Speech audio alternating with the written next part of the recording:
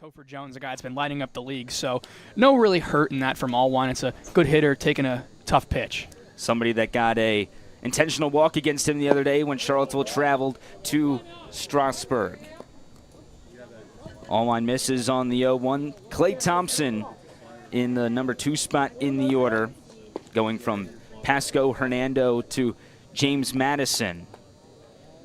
Allwine out of the stretches. 1-1 is lifted down the left field line, but it's pulled just foul.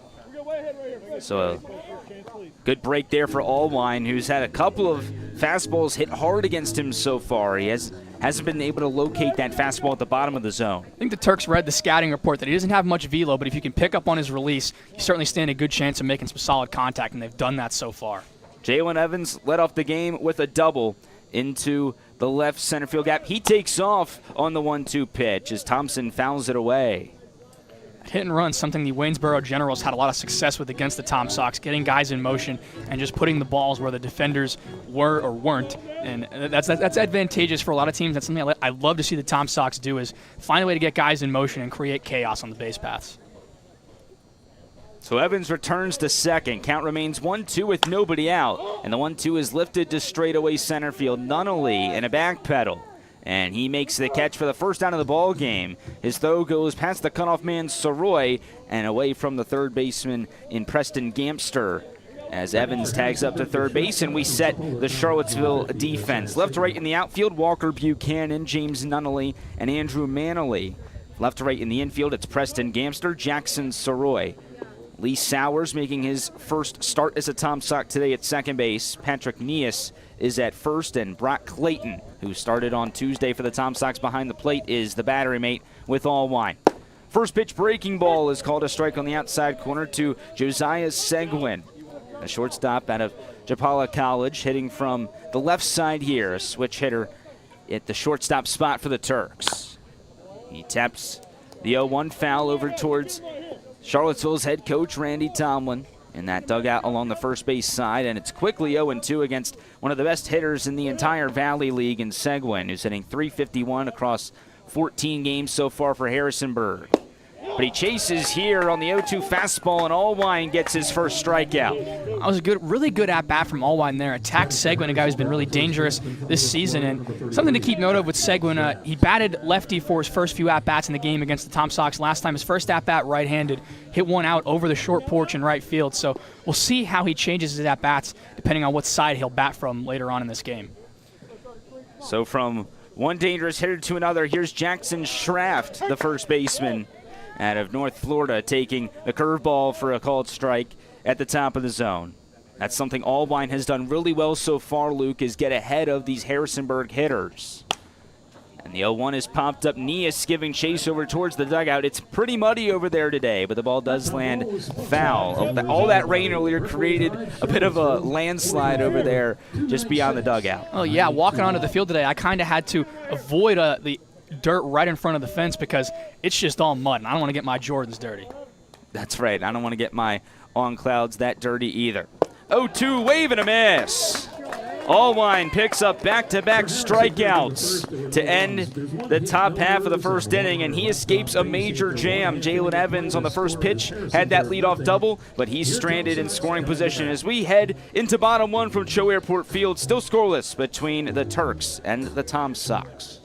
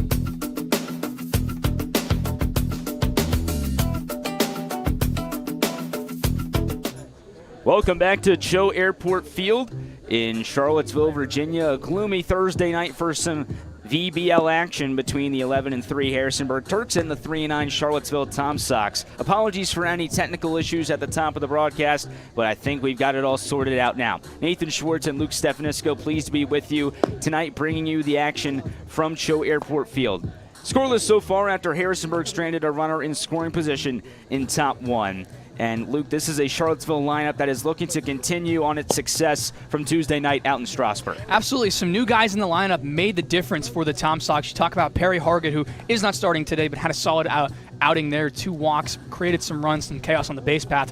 One guy that is starting today, Brock Clayton, drove in a couple RBIs in that game, and he's certainly had a loud bat in his first few games with the Tom Sox and has provided some hope to a catcher position that hasn't exactly had the pop you would expect out of some catchers in the Valley League, but Clayton will certainly provide it, and so will Evan Tavares, the newest catcher on the squad from the University of Miami. He's DHing today, so you'll get to see a little bit of a preview of what he can do just with the bat, not with the field exactly yet.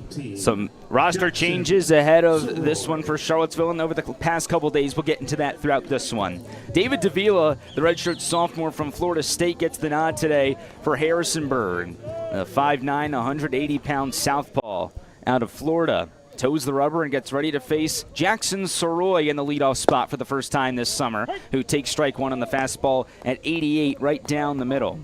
Soroy in that leadoff spot today because Kyle Langley is getting the day off, the usual center fielder, and Davila misses. It's 1-1. Langley's been so good in that leadoff spot, Luke, leading Charlottesville in OPS, average, and hits, and now Soroy continues this trend of having bad luck during his at-bats. He's been that one Charlottesville player this summer that's hit the ball consistently, but it seems to always go right to somebody. Well, that's just been the story of the season for the Tom Sox. A couple guys have had very similar seasons, but I feel Soroy's had the most, I guess you'd say, unlucky season out of all. A lot of hard hit outs, a lot of just really great plays by some of the fielders, so I hope he can find a way to break out of that soon. Preston Gamster in the 2 spot today for the Tom Sox. He takes strike one at 88 miles an hour on the inside corner. Gamster hitting .333 so far during his time in Charlottesville. Playing third base for the first time today after playing his first couple of games at the shortstop position. 4 hits for him, a couple doubles, 4 walks for the rising senior at TCU. He fouls off the next offering. 2 strikes against the shortstop, usually for the Tom Sox, but playing the hot corner today with Soroy getting a start at shortstop for the first time in quite some time. Davila out of the wind. The pitch is upstairs. Umpires today, Mike Mackey behind the plate, Matthew Pierman down the first base side, and Fred Shaner is on the third base side. 2-2 is in the dirt. Gamster does not go around, and the count is now full between Davila and Gamster. Straight up defense for the Turks behind Davila, who fires in a fastball, and Gamster sends it a long way to left center field. Bat goes long. Goodbye, baseball! Preston Gamster has his first Tom Sox homer. It's a solo shot in bottom 1 to give Charlottesville an early lead. Well, Preston Gamster has been incredibly impressive for the Tom Sox to start off this year, and that's just a spark plug for this Tom Sox offense here in the first. Hopefully they can ride this throughout the rest of the game, and it would be instrumental in taking down this Turks team that's been the best in the Valley League so far this year. Preston Gamster with the 6th home run of the summer for the Tom Sox. And now James Nunnally, who's waiting to break through with the power, takes strike one on the breaking ball from Davila. Well, Nunnally's season at UVA, again, not a lot of swing and miss in his bat, a very much contact bat of his. Doesn't strike out much. 0-2 now after another breaking ball finds the middle of the zone. 48 games for Nunnally, only 13 strikeouts. Nearly had another one there. A pretty pitch from Davila with the fastball on the outside corner.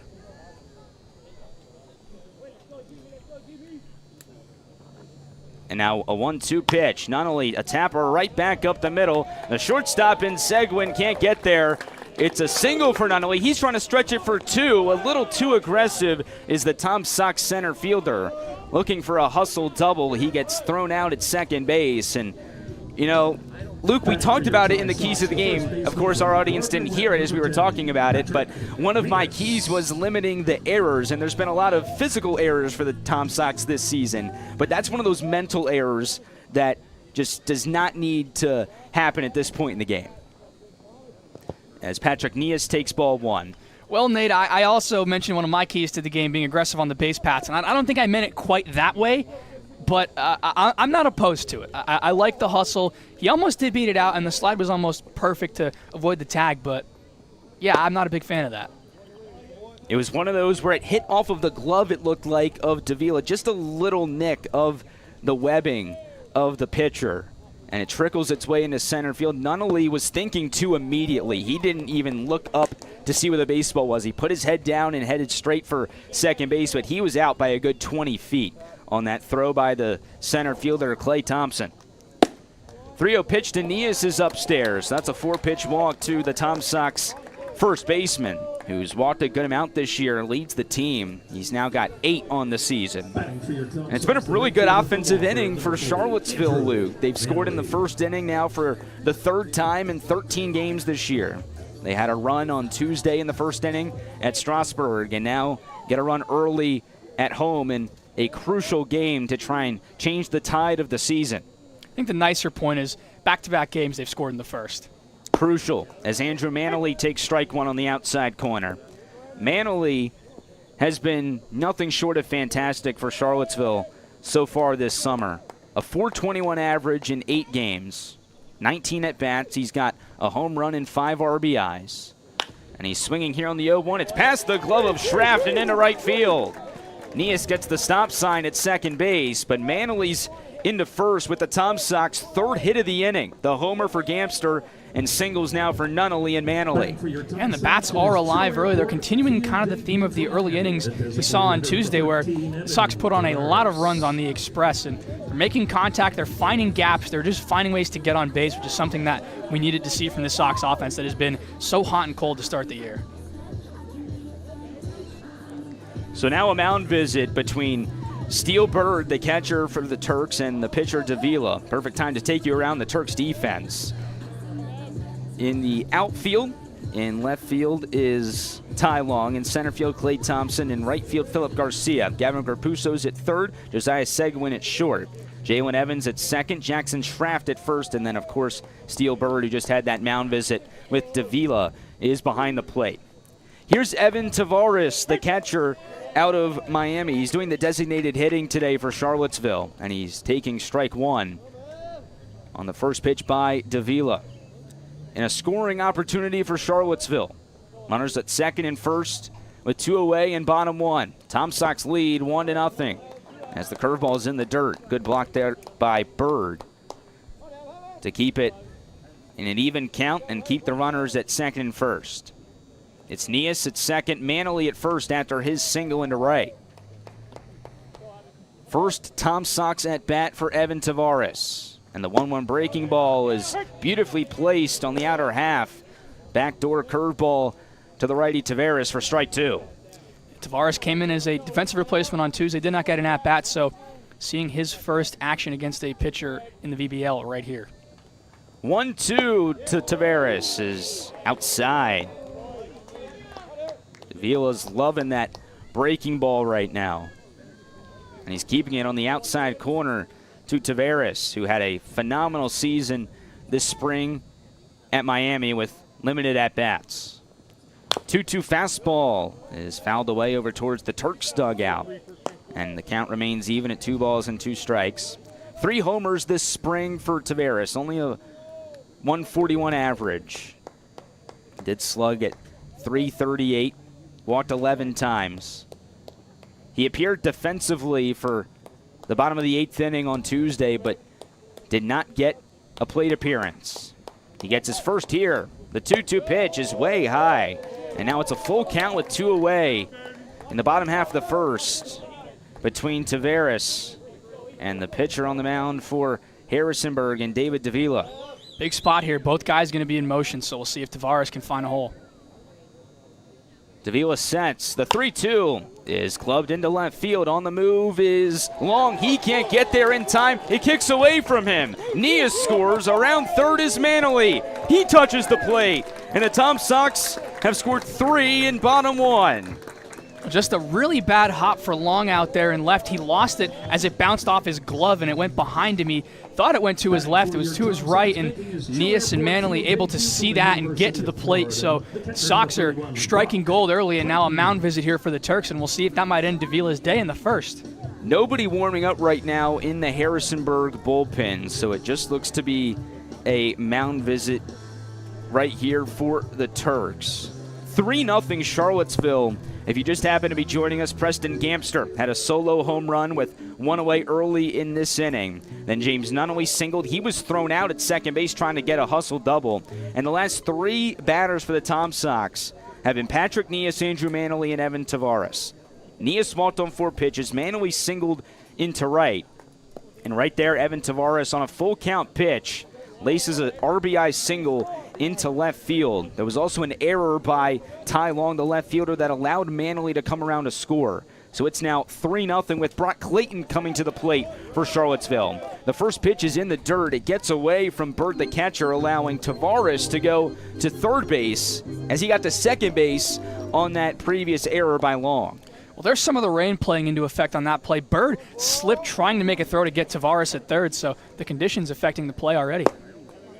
1-0 to the Tom Sox. Backstop is in there for a strike. So the count evens to Brock Clayton in the transfer portal right now, but spent his first year at Florida, redshirted. And he taps the 1-1 down the first base side. It trickles just foul. So that puts Davila up 1 ball and 2 strikes. Still 2 away in this bottom half of the first inning. Just talked about that 2-out rally that the Tom Sox have put together here in this bottom half of the first.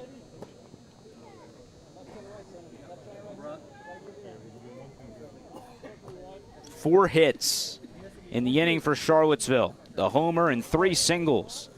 And now Brock Clayton has a chance with Tavares at third and 2 away. The 1-2 is in the dirt again, and it's blocked by Bird to even the count at 2 apiece. This is the best first inning that Charlottesville has had all summer long, both in the field and at the plate, as Clayton watches strike 3 go right by him, and that ends the bottom half of the first inning. But it was an emphatic one for the Tom Sox. Preston Gamster got us started with a solo homer. Then Evan Tavares has his first hit as a Tom Sox, an RBI single into left to bring home 2 runs. And after the first inning from CHO Airport Field, your Tom Sox lead Harrisonburg 3-0.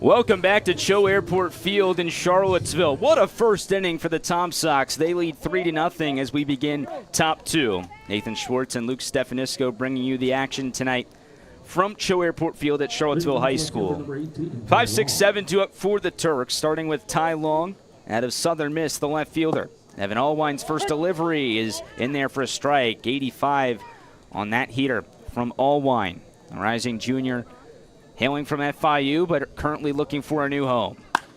A one-liner into right is right at Andrew Manley, who makes the catch after taking a couple steps in for the inning's first out.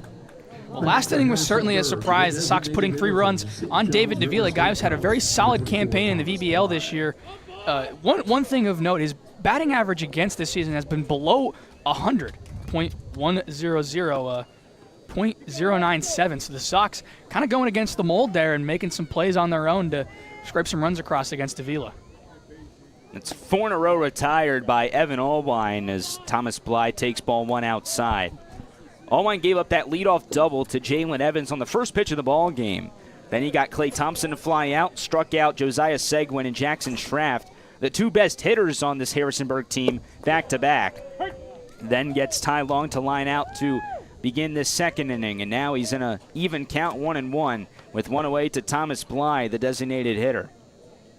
Here is that 1-1 pitch, and Bly gives it a ride to deep left center field. This one's a no-doubter for Harrisonburg. A solo shot onto the hill in left center for Thomas Bly. And that brings Harrisonburg back within 2 runs. Well, the long ball has now snake-bitten Evan Allwine for the second time in 2 starts. That's just a good swing from Bly there. Got the fastball from Allwine at 86 and just deposited over the left center field wall, very similar to where Preston Gamster hit his home run. So this one's going to be a slugfest, fans. Get ready. 3rd home run of the summer for Thomas Bly after he had 10 this spring at St. John's River State College. 2nd home run of the day. It's a humid one here in Charlottesville. All that precipitation earlier. And the ball is flying tonight from the CHO.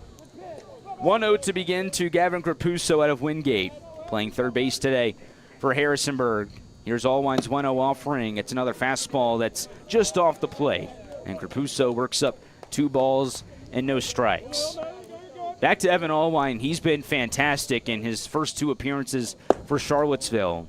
He had pretty much identical lines in his 2 outings thus far. 4 innings in each, 2 hits in each, 1 run allowed in each. But then against Strasburg, he was a little bit more efficient. Only 1 walk and 5 strikeouts compared to having 2 walks and 2 strikeouts in his first appearance against Stanton. And obviously I mentioned the home run against Strasburg, the home run here, but he's been really effective for the Sox this season and has kind of helped them in the games he's started to really be competitive pitching-wise.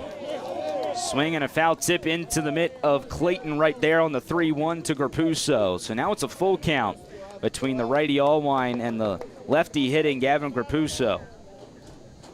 Here is that payoff pitch. It's a breaking ball. Called strike 3 on the inner half. Evan Allwine gets his 3rd strikeout of the evening, the first time he gets a Turk looking. Now, Grapuso didn't like the strike 3 called, but I did happen to notice he kind of swung his bat towards the end of the call, so maybe the umpire was just preloading the strikeout call. So now Steele Bird, the catcher, hitting from the right side, takes strike 1. It's a curveball in the outside corner from Allwine. He's really had the slider and the curveball working in his favor. The 2 balls that were hit really hard for Harrisonburg both came on that heater. The double for Evans and the home run for Bly a few batters ago. Well, it was something you mentioned in your keys to the game, Nate, about using your off-speed and commanding it well, and he's done that phenomenally so far, and the fastball's been his only real issue so far in this outing. 0-2. Way high, up the ladder to Steele Bird out of Clemson. Just 2 catchers on this Harrisonburg team. Bird hitting .216 so far this summer as he fouls off the 1-2. Didn't play at Clemson, the Hilton Head native out of South Carolina. 1 home run, 7 RBIs on the summer for him. Appeared as a pinch hitter against Charlottesville in the season opener for the Sox, and he walked as Allwine gets his 4th strikeout. He got back-to-back strikeouts to end the first, but what does he come back with in the second? Back-to-back strikeouts to end this frame. And after 1.5 from CHO Airport Field in Charlottesville, the Tom Sox have a 3-1 lead on the team with the best record in the Valley League, the Harrisonburg Turks.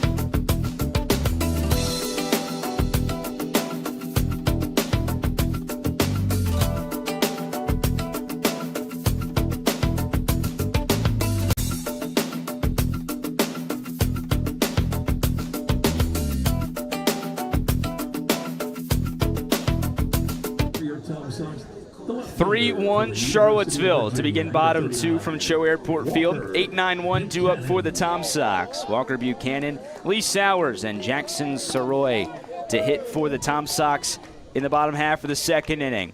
It was a 3-run first for the Sox against Davila on the mound for Harrisonburg, and his first pitch of the second is a fastball right down Broadway to Walker Buchanan for a called strike. 4 hits in that opening inning for the Tom Sox, 3 singles and the Preston Gamster long ball. As Davila nearly gets Buchanan to chase on that breaker. It's 1-1 to begin to the Virginia Cavalier, who is in the transfer portal at the moment, but in the starting lineup for the first time in a couple days. He swings and chases the 1-1 breaking ball in the dirt, and Davila works ahead.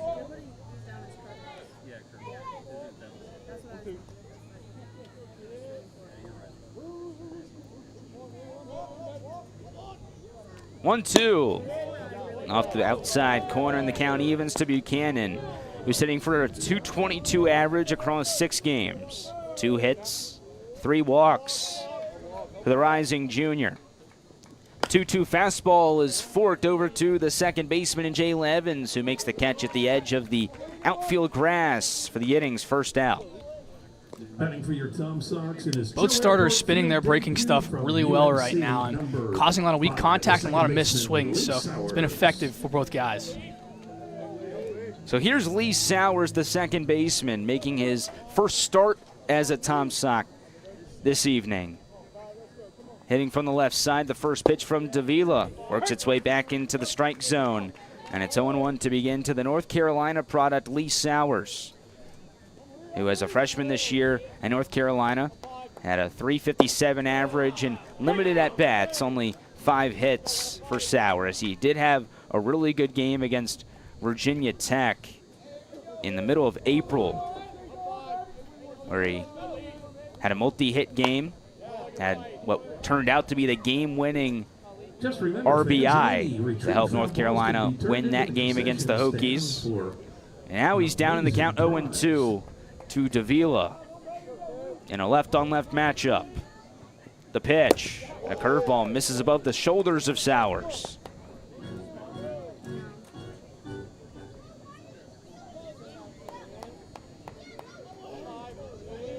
Davila resets with the 1-2 pitch, and Sowers fouls back the fastball.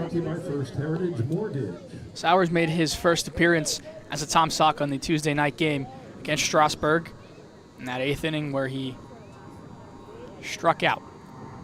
The 1-2 breaker again, just a tick high to Sowers, standing at 6'1", 190 pounds out of North Carolina. 2-2 outside.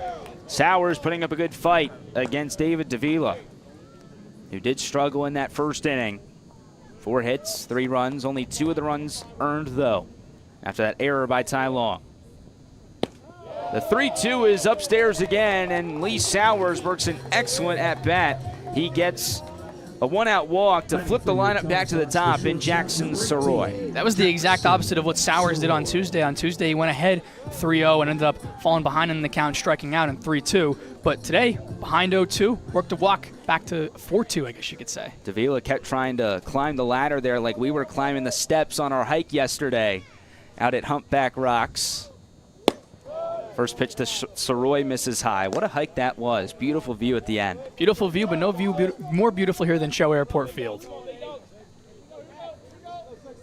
Leadoff man Jackson Soroy lined out to the shortstop Seguin his first time up. He hits one on the ground to the third baseman Grapuso, whose only plays at first. And Jackson Schraft goes up the ladder and keeps his toe on the first base bag to retire Jackson Soroy for the second out of the inning. That one looked like a close call there. I thought Grapuso might not have been able to get that one, taking a late hop, but managed to kind of snag it off the dirt, and throw almost went a little high, but he did kind of double pump it, so that could have been the reason behind the high throw. And here comes the man that got the scoring started. Preston Gamster, the third baseman, a solo home run an inning ago in his first plate appearance. And he hits one on the ground to Jalen Evans, the second baseman, who makes the 4-3 putout to end the bottom half of the second inning. David Davila works around that one-out walk issued to Lee Sowers, faces 4, and has a scoreless second inning. 3-1 Charlottesville after 2 from CHO Airport Field.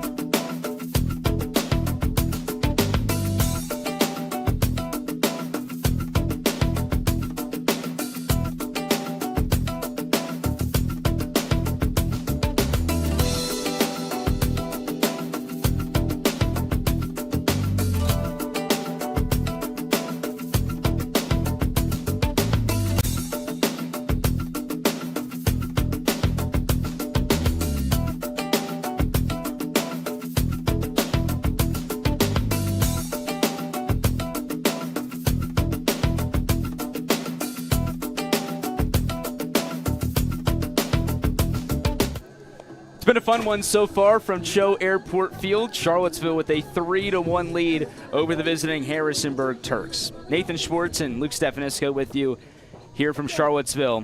Such a joy to be back on the broadcast for the Tom Sox. If you recognize my voice, it's probably from 2023 when I was an intern for the Tom Sox. Now I'm running our communications and updating the website and all that, and leading our on-air team this year. So I'm super excited to be back for my second year in the Valley League and with the Tom Sox. And for my first game back, Luke, it's been a great one so far. Absolutely. A lot of solid at-bats, a lot of good hits, and you got a home run call in the first inning, which is always fun.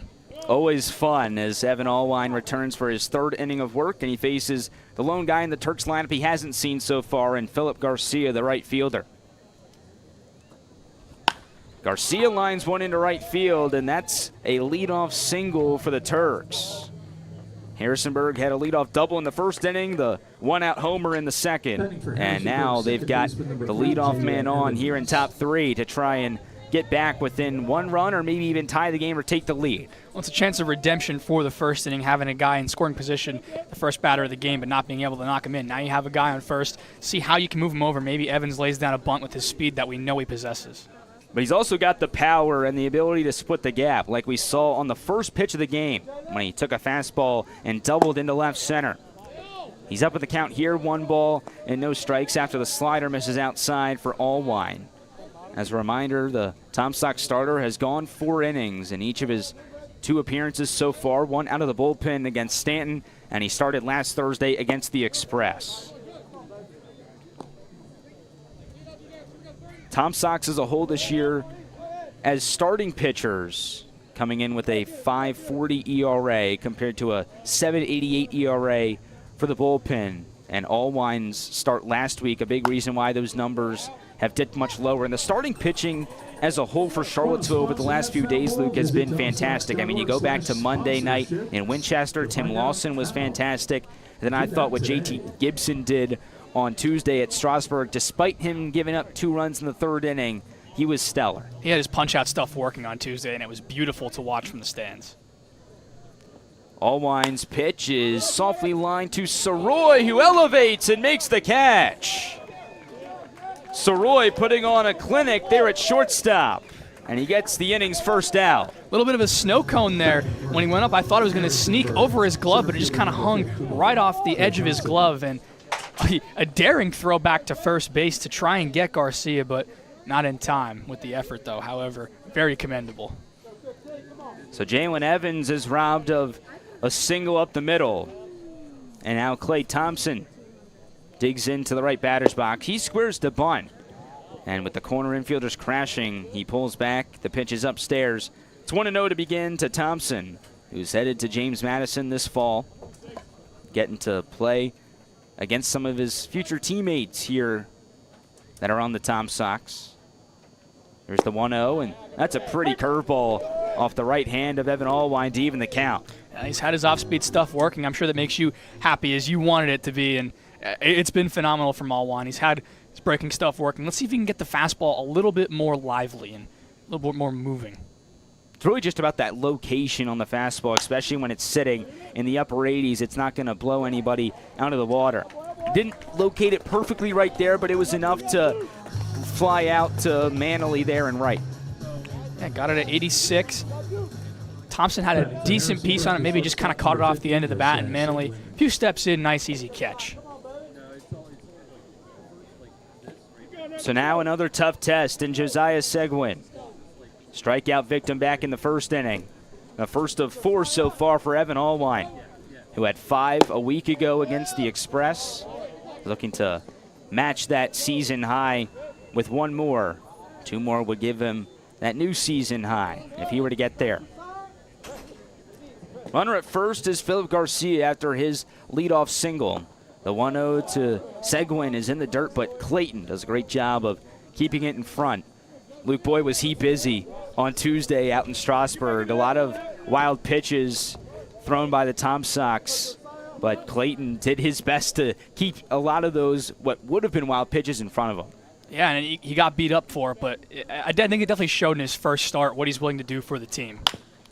2-0 Tapper over to second base. That's Sowers flipping to Soroy for a 4-6 fielder's choice to send us to the bottom half of the third inning. 3-1 Charlottesville from Charlottesville.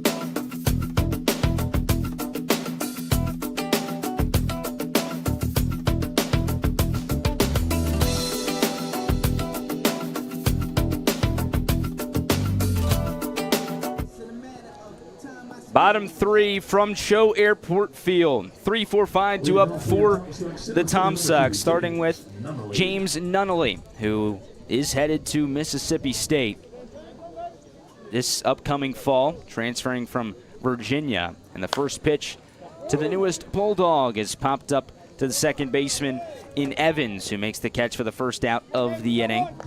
So much shifting going on within the Charlottesville community. Of course, Brian O'Connor leaving to go to Mississippi State. Chris Pollard coming in and taking over the Virginia baseball program. And, of course, there's some guys on the Tom Sox that are in the portal that were with Virginia, and now they're trying to find their next home. And feels like Nunnally has found that home, and now he's just focused on performing for the Sox. As the next pitch to Patrick Neas misses low. Well, the Cavalier baseball program is in good hands. Chris Pollard had a phenomenal season with the Duke Blue Devils on the diamond this year, so Cavalier fans shouldn't be worried about what's going to happen with the program. Good backdoor breaker right there from David Davila to find the zone. Getting back into the at-bat against Neas. Neas takes strike 3 on the outside corner right there. A pretty changeup from Davila on the outside corner. Yeah, he planted that one nicely. Nias couldn't do anything but look at it, and a really good spot there from Davila. And he's bounced back since that rough first inning, looking to try and retire another inning where no runners across the plate for the Tom Sox. That's 4 in a row retired by Davila, and it's the top 4 of the order, with Andrew Manley coming back to the plate for the Tom Sox. Singleton scored in the first inning. He bloops one over to Seguin at shortstop, and that's quick work of 3, 4, and 5 in the order by David Davila, who works a 1-2-3 third to keep our score. Charlottesville 3, Harrisonburg 1.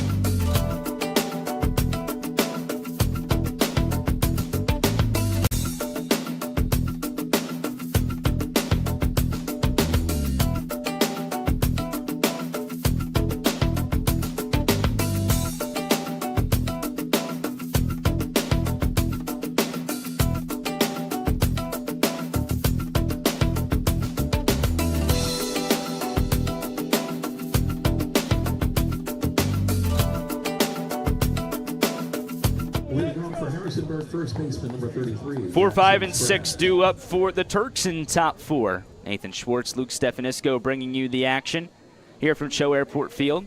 A couple of Big Ten guys in ACC country, with Jackson Schraft leading off the inning with a ball at the bottom of the zone from Evan Allwine.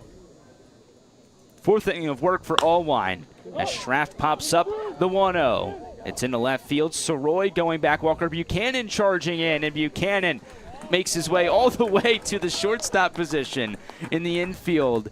Full head of steam there for the Virginia Cavalier for the first out of the inning. Pretty crazy to see a guy that big moving that quick, but Buchanan showing he's got a little bit of agility out there, and he hasn't played much in the outfield for the Sox this season, but showing he's a viable option right there on that play. It's a loaded roster for Charlottesville, which is what makes the record so hard to comprehend. So many guys that have been in the ACC that are going to make their way to the SEC, guys that have had really good seasons with smaller mid-major programs. And Buchanan's a guy that really hasn't gotten going yet, looking to find his next home. Who knows, maybe he could go back to Virginia. That remains to be seen. But a guy that's getting in the starting lineup today, and he just made a really nice defensive play after popping out in his first plate appearance a few innings ago. Here's Ty Long in the batter's box for Harrisonburg. The 0-2 by Allwine has popped up into foul territory on the right side. This is Patrick Nias, right by the fence of the bullpen for the second out. You might have lost it on our monitor, but that was Patrick Nias making a play out of frame for out number 2 in top 4. And even I lost it, Nate, and from my angle here in the booth, I couldn't see down the first baseline, so I'll take your word that Pat caught it, but I believe it. And Evan Allwine is cruising through 3 2/3 as Thomas Bly takes ball 1 up and in. It was Bly who gave Harrisonburg its only run in the ball game so far. A moonshot into left center field onto the hill to the left of the scoreboard.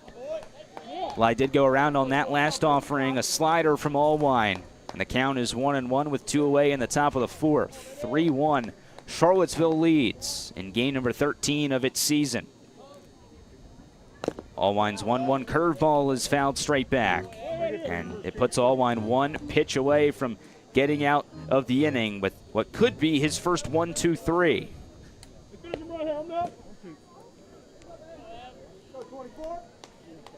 Out of the windup, the 1-2 pitch, wave and a miss. The 5th strikeout of the day for Evan Allwine, matching a season high after he had 5 a week ago against Strasburg. 3.5 done here from CHO Airport Field, and the Tom Sox remain up by 2.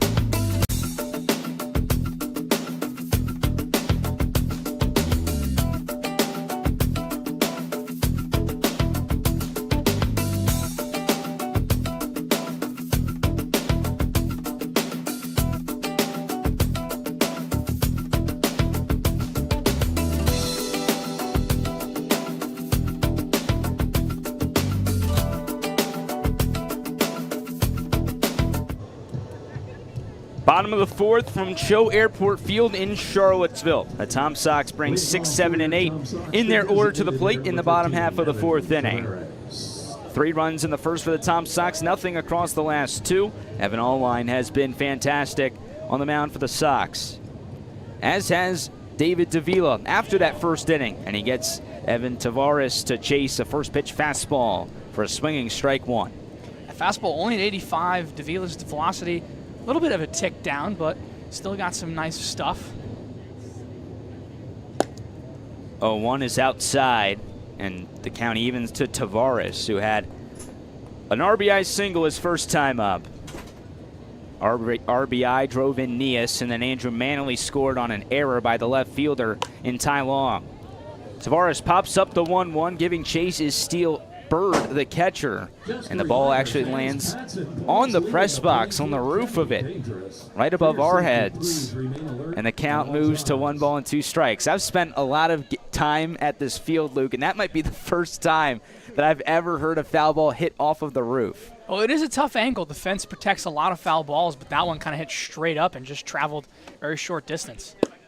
1-2, Tavares lays off. Of course, you're from Penn State, and an old broadcast partner of mine, Alex Rocco, who was here with me 2 years ago, who I know is listening back at home.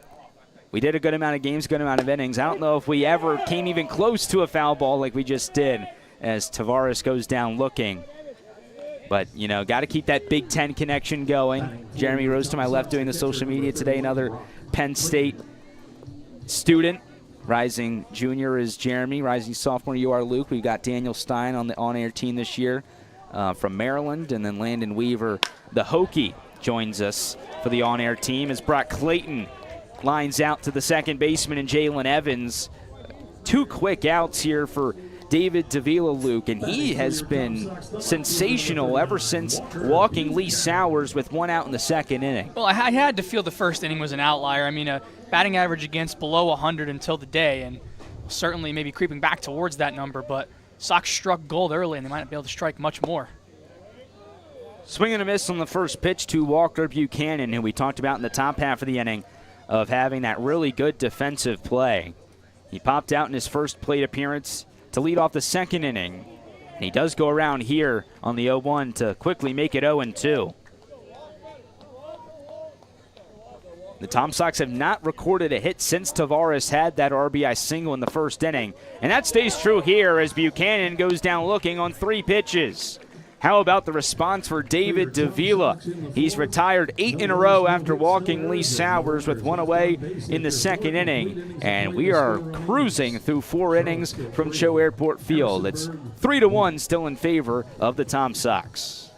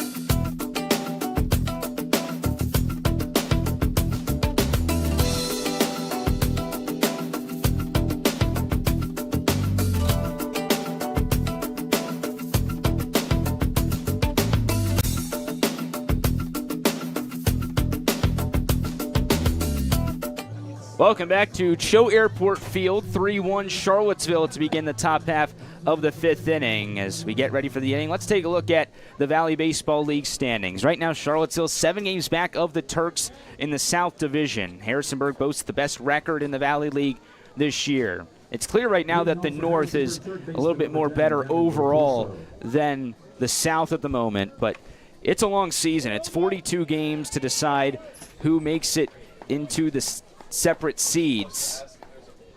And the first pitch by Evan Allwine in the inning is up and away for ball 1.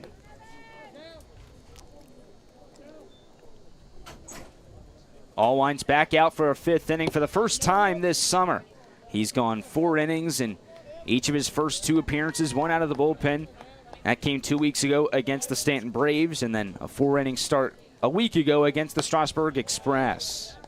And now he's back out for the top half of the 5th, and he's facing the bottom third of the Harrisonburg order, starting with Gavin Grapuso out of Wingate. Grapuso, the third baseman, was a strikeout victim his first time up against Allwine. And he sends a fly ball here to center field, where James Nunnally is ranging to his right and makes the catch for the first out, meaning Allwine has a new season high in innings pitched. And he's been a blessing, such a huge blessing for the Tom Sox this season. He's kind of steered the ship through some tough times, and especially tonight he's done a phenomenal job of that, really resetting this Tom Sox team with his performance. So here's Steelbird, another strikeout victim of Allwine's tonight. Not striking out here, he ropes one foul into the Turks bullpen down the third base line, over towards the left field corner. 5 strikeouts tonight for Allwine. That's a season high, or tying a season high, I should say.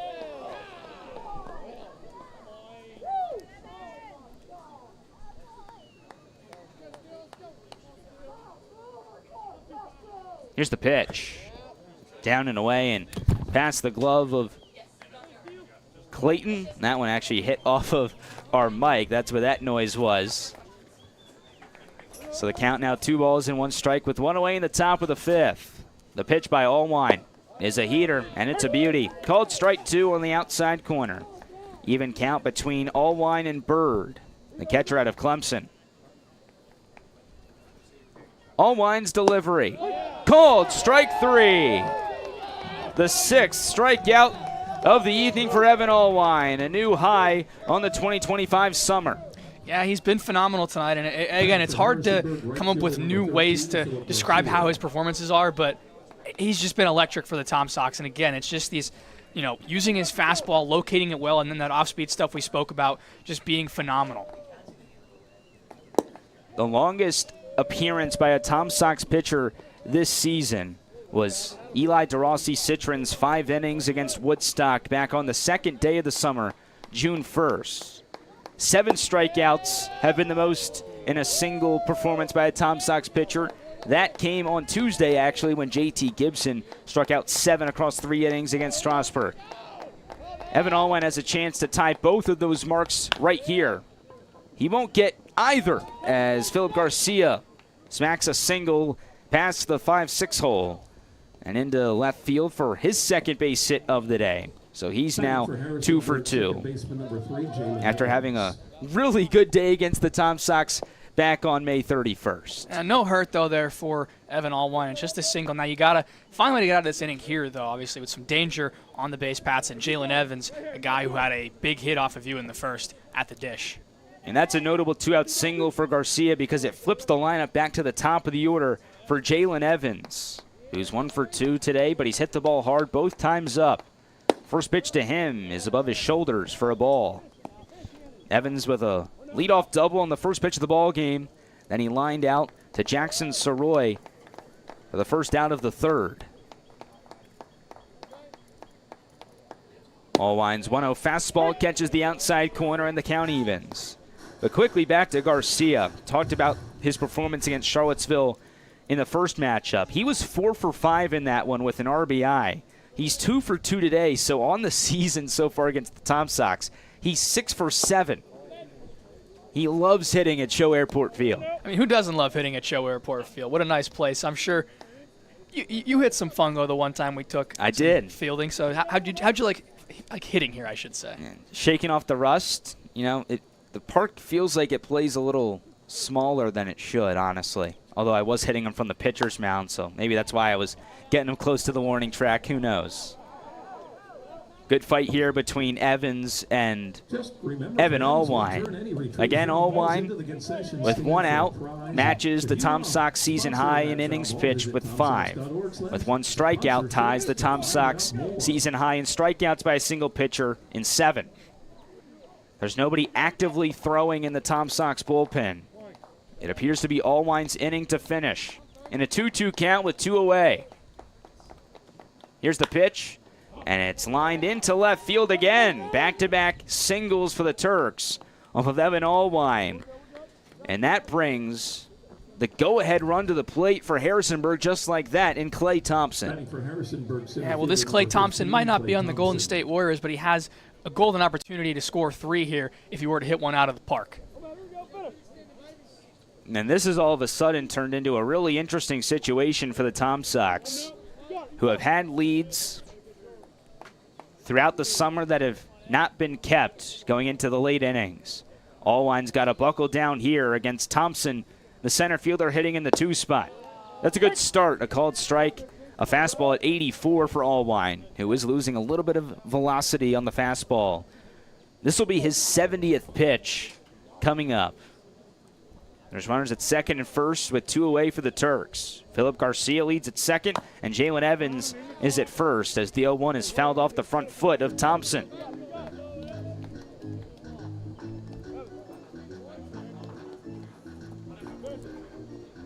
Evans at first represents the tying run in this game. 3-1.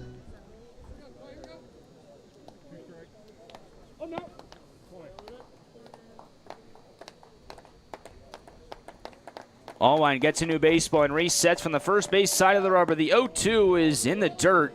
It's blocked by Clayton, but both runners were off on the pitch. We'll do that as a double steal for the Turks. They were going to be safe either way.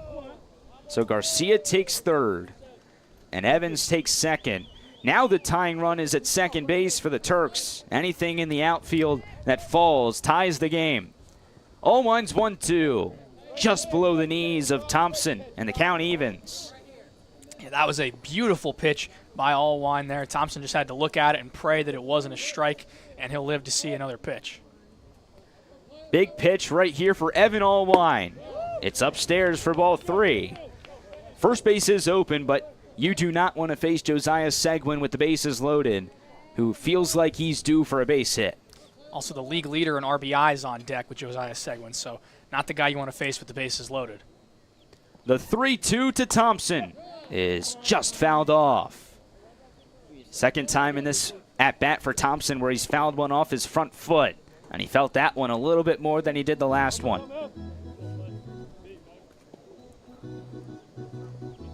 You mentioned Seguin, Luke, 18 RBIs. He's 0 for 2 today, and he's in the on-deck circle here for the Turks in a 3-1 Charlottesville lead in the top of the 5th. Runners at second and third for Harrisonburg with 2 away. The 3-2 pitch, called strike 3. Evan Allwine escapes a major jam, ties a couple of Tom Sox season highs, and keeps Charlottesville in the lead. 3-1 Tom Sox as we head to bottom 5 from CHO Airport Field.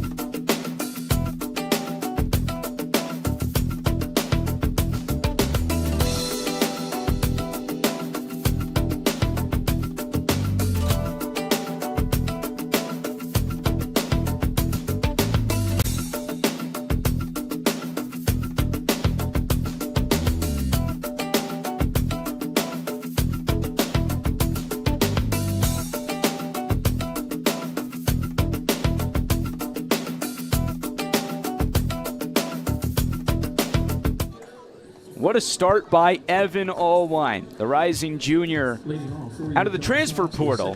Has 5 innings so far. He's only given up 5 hits, 1 earned run. In the walk department, that's a big old goose egg. 0 walks for Allwine and 7 strikeouts. He's tied the Tom Sox pitching staff season high in innings pitched and strikeouts after he just got Klay Thompson to go down looking to end the top of the 5th. And now for the bottom half of the 5th inning. It's 9-1-2 for the Tom Sox, starting with the second baseman out of North Carolina, Lee Sowers, who hits the 0-1 on the ground to Jackson Schraft at first base. He takes it himself for the 3 unassisted. But Luke, how about Evan Allwine and what he's done? I'm not sure if he's going to come back out for the 6th. Tristan Dietrich has now started to get loose for the Sox in the bullpen. But if that is the end for Allwine, he was everything the Sox needed and more. Yeah, I think it's hard to overstate how much the Tom Sox needed to start like this from one of their guys. And Allwine's just going to give a boost to the dugout with that performance. First pitch to Jackson Soroy skips in front of the plate. And it's 1-0 to begin to the shortstop, who spent his freshman year at Virginia in the transfer portal right now, still looking for that new home as he hits one on the ground to his shortstop companion in Seguin, and the ball gets away. The ball did not go out of play, so Soroy legs out an infield single and then doesn't go anywhere else. That was a tough play for Seguin all the way. He had to backhand, go into the hole, throw a cross body. That was going to be a really hard play to make. He almost did, but Jackson Soroy's got his first base hit of the ball game. A little bit unlucky for Schraft at first. The throw from Seguin didn't really take a hop, and that's why I think Schraft wasn't able to pick it out of the dirt. If he had, there was a good chance he had Jackson Soroy at first base. So that's the first hit for the Tom Sox since the first inning. And now Preston Gamster, who homered earlier, comes back into the right batter's box. Evan Tavares' RBI single with 2 away in the first was that last Sox hit.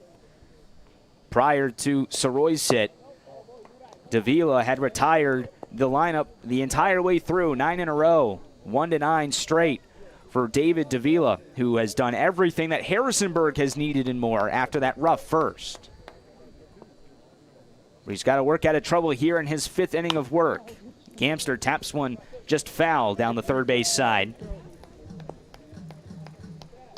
1 for 2 is Preston. Grounded out to the second baseman, Jalen Evans, his last time up. But he had that home run in the first inning, which was the first inning home run for the Tom Sox since Colby Wallace hit one against Culpeper in last year's July 18th contest. But it was the first one that the Tom Sox have hit in the first inning at home since Robbie Levy did it on June 11th last year. Gamster again demolishing a baseball to left. Long fell down, it gets past him and goes all the way to the wall. Soroy on his hearse. He gets the wave around third from Coach Tomlin. The relay from Seguin is not in time. Preston Gamster with an RBI double into left field. Brings home another run for the Sox, and it's 4-1. Well, that's a wild one there. Long just lost his footing. I mentioned earlier about how Steel Bird almost lost his footing trying to make a throw, and that time right there, Long tried to plant his back foot, got stuck in the mud, went down, and it rolls all the way to the wall. Soroy read it well and got himself to the plate for another run for the Tom Sox. Jackson Soroy was thinking he was going to score from first immediately, and that's what he did. He got on his horse and used his speed to put that lead back to 3 runs for Charlottesville. As James Nunnally steps back into the batter's box. With Gamster at second and only 1 away. Nunnally lifts one the other way. Matt goes long to the base of the warning track. He's in a back pedal and makes the catch this time. Gamster tags to third. Productive out there for Nunnally, who's now 1 for 3. That's the second out of the bottom half of the 5th. And now Patrick Nias with another chance to bring in an RBI. Nias has been one of the more premier RBI guys for the Tom Sox this season, and another guy standing 90 feet away at third.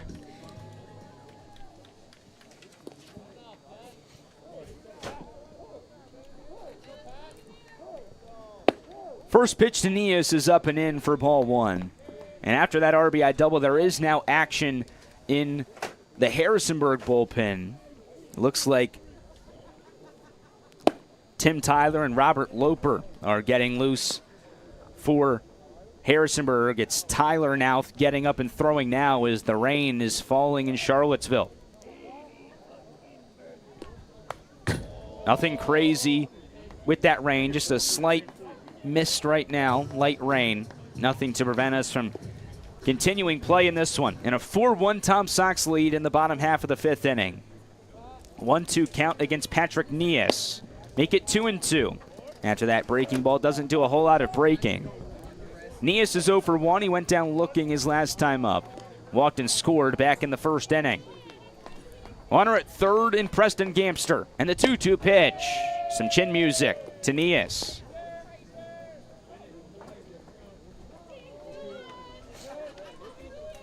The Tom Sox already have 1 run in this inning. 90 feet away from another. The payoff. Nias flies it into right center. On the move is Thompson and Garcia. But it's the center fielder Thompson making the catch in the gap for the 3rd and final out of the inning. But Preston Gamster, nicknamed the Hamster, doing good things for the Sox offensively today. An RBI double into straightaway left makes it 4-1 Charlottesville. And when we come back for the top of the 6th, Evan Allwine returns to the mound and Luke Stefanisco takes over on play-by-play. We'll be right back from Charlottesville.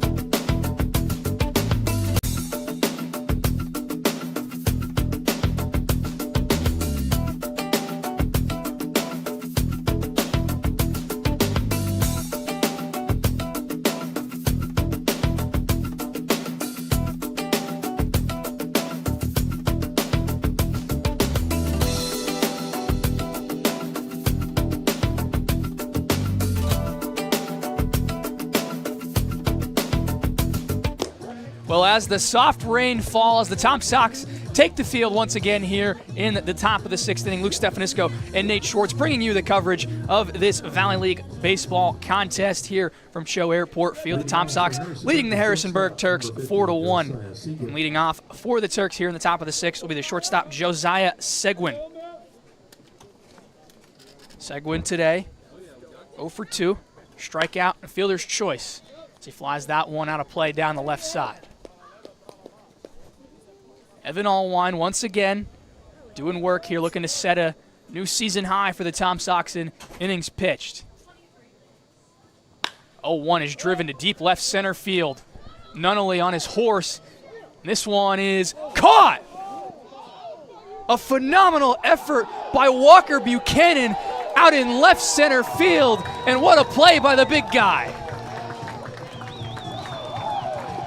As Nate Schwartz tips his cap in the booth, Walker Buchanan readies himself, and Josiah Seguin cannot believe it. The fans cannot believe it, and the bullpen and bench can't believe it. Tip of the cap, that's right. I mean, that's the best defensive play for the Tom Sox all season. Maybe one of the best plays in the entire Valley League all season. That fly ball looked like it was heading more towards James Nunnally, but Walker Buchanan called him off and made a phenomenal catch, and now 1 down for the Turks as Jack Schraff steps into the box. Already behind 0-1.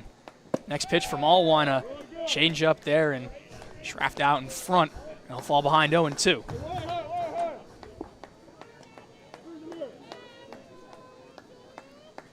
Allwine's next pitch. Swing and a miss in the dirt. And another strikeout for Evan Allwine as he continues this phenomenal day.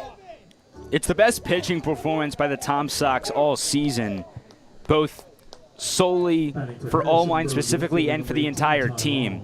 Allwine, like I mentioned in that last inning, now with the 2 outs and the strikeout, holds the Tom Sox leads for innings pitched by a single pitcher and strikeouts in a single outing by a single pitcher. It's just been so impressive to see what he's done against this Turks lineup, Luke, that came in with some of the best offensive stats in the entire league.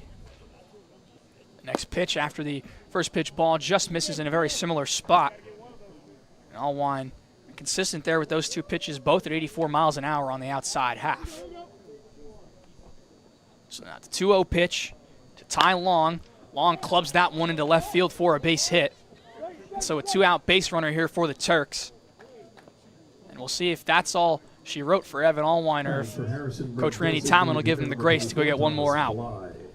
Oh, he's earned the right, Luke, to try and get through 6 innings. And in all honesty, it's a Tom Sox pitching staff that needs the depth a little bit after having to throw maybe a couple more guys that they wanted to not throw on Tuesday against Strasburg, and then you had the off day yesterday, but gearing up for a game tomorrow in Waynesboro, a doubleheader on Saturday at Culpeper. Not a lot of days off in the coming week or so for the Tom Sox, so getting as much length from your guys as possible will be huge. Coach Tomlin just came out but did not make the signal down to Dietrich, so I wonder if this is just a mound visit. I think it is. I think you mentioned he's earned the right to try and get through 6 innings. He's pitched phenomenally, and I think Coach Tomlin understands that as a former pitcher himself, that you got to give your guy the shot here. And Evan Allwine is showing no signs of, really breaking down, so I think he's able to get one last out here, but he'll have to do it against a guy that took him deep, and to face a demon here that he's struggled with in this ball game, Thomas Bly at the dish for the Turks. Homered back in the 2nd inning, the only real blemish on the record of Evan Allwine today. Here's the first pitch to Bly. Breaking ball, catches the inside corner for a strike. So Allwine ahead 0-1.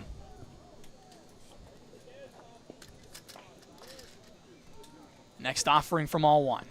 That one down in the dirt. Clayton blocks it.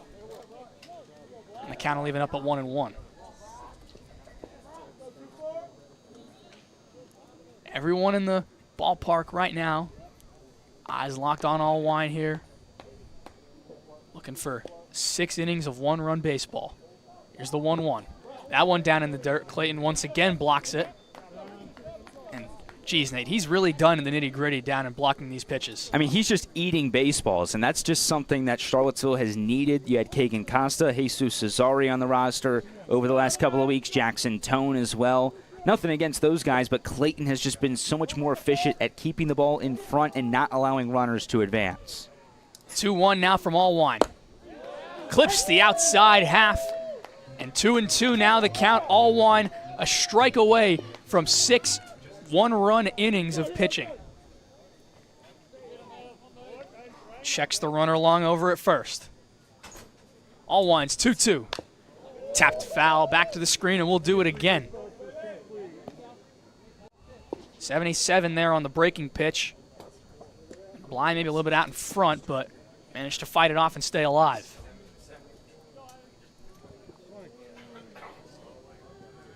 Allwine, one more check of the runner. Has his sign. From the stretch, he fires. Just a bit high with the pitch there. Thought he had strike 3, but now we'll do battle in a full count with Long in motion.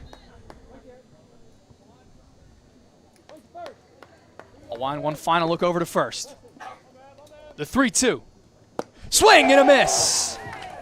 Evan Allwine, a phenomenal outing, and he caps it off with yet another punch out. And he preserves the Tom Sox lead at 4-1. We'll take a break, and we'll be back with more baseball here from the show.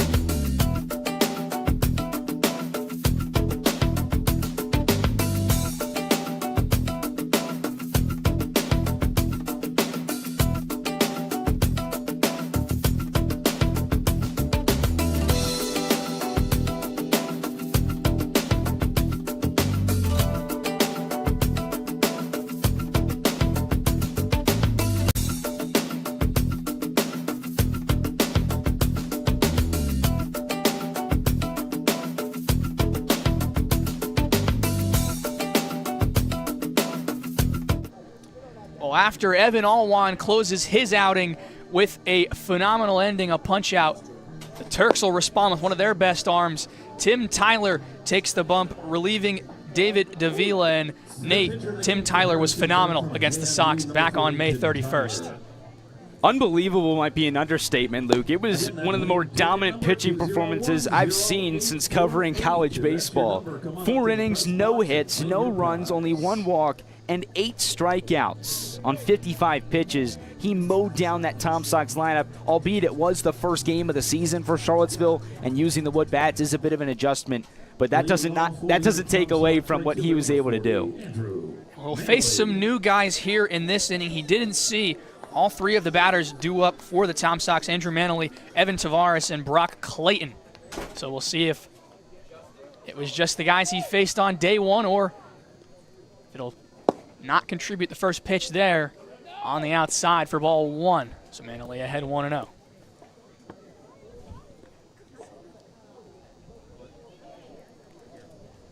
Manley back in the box. Tyler in his motion. Next pitch. Fly ball down the left field line. Long's over. And he has a play right in fair territory to make the catch, and Manley is retired. So 1 down now for the Sox, and Tim Tyler looking to get right back to where he was at CHO Airport Field less than a month ago. So now Evan Tavares steps into the box. Tavares 1 for 2 today, had the RBI single back in the first, struck out looking in the 4th. The Miami man looking to be the first base runner here for the Sox against Tyler. First pitch, fastball at 89, misses on the inside. And so Tavares ahead 1-0. I've really liked the approach for Tavares so far in his first 2 at-bats. He worked that really good long at-bat his first time up, which resulted in that RBI single. Now we'll be ahead 2-0 and a very good hitter's count here, and looking to be the first Tom Sox to reach base via a hit against Tyler. The 2-0. Swinging and a miss. That one at 88 there, and Tavares swung right through it. So now 2-1 the count here in the bottom of the 6th. The next pitch clips the outside corner for strike 2, and maybe a good frame job there from Steel Bird. The art of the frame is so important, especially in a summer league like this, where you're just trying to get those extra outs if you can. 2-2 pitch swung on and missed by Tavares, and Tim Tyler right back to where he left off, striking out Tom Sox as he records his first one of the ball game. Now Brock Clayton, the big lefty from Florida, steps into the box. Some hard contact in his last at-bat, but lined out to Jalen Evans at second base. First pitch from Tyler misses on the outside half. It's been a lot of hard contact for Brock Clayton so far in his first few games as a Tom Sox. Had a double back on Tuesday against Strasburg. This time he takes a big hack and ends up square with Tyler on the mound, but can't connect, and so he'll do battle in a 1-1 count.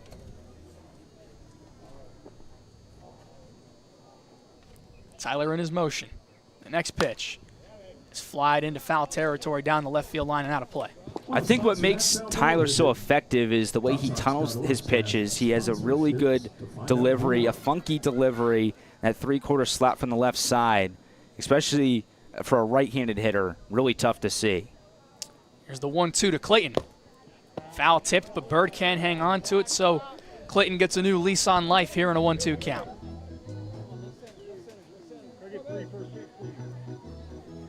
Tyler hasn't been as successful against other squads, an 0-for-1 record on the season with a 3.52 ERA. However, the 8 strikeouts of the Tom Sox help him to lead the league in strikeouts total. Looking for one more here as Clayton swings through it for strike 3, and Tim Tyler goes 1-2-3 in his first inning against the Tom Sox. No hits, no runs, no errors, nobody left on base for Charlottesville. We'll head to the top of the 7th and see if the Turks can match the Tom Sox on the scoreboard.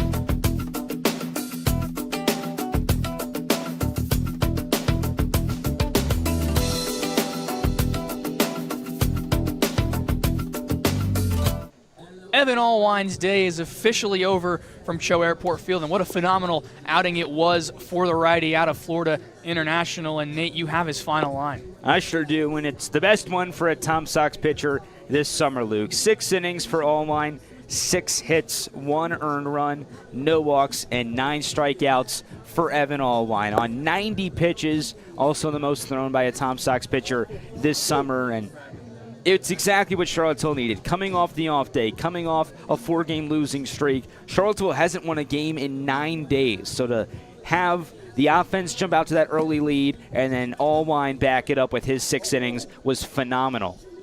And now you get another guy that's also played with Evan Allwine, but also has been just as phenomenal this season for the Tom Sox, Tristan Dietrich. This season pitched in 3 games, a 1-0 record, 4.2 innings thrown, 7 strikeouts, 3 walks. Hasn't allowed an earned run this season, so he'll look to continue that streak. Due up for the Turks, Gavin Grapuso, the third baseman, Steele Bird, the catcher, and Philip Garcia, the right fielder. It was a scary situation right there. I'm not sure if you guys saw that on our feed, but Lee Sowers on the throwdown by Brock Clayton was hit in the face off the bounce. It took a really nasty hop, and I'm not sure where exactly that caught Sowers, maybe right by the eye, but there's a thumbs up from Sowers, a thumbs up by Soroy up the middle, so they appear to be all right. The Tom Sox coaching staff came out to make sure that Sowers was all right, but he's good to go, and it looks like Tristan Dietrich's good to go.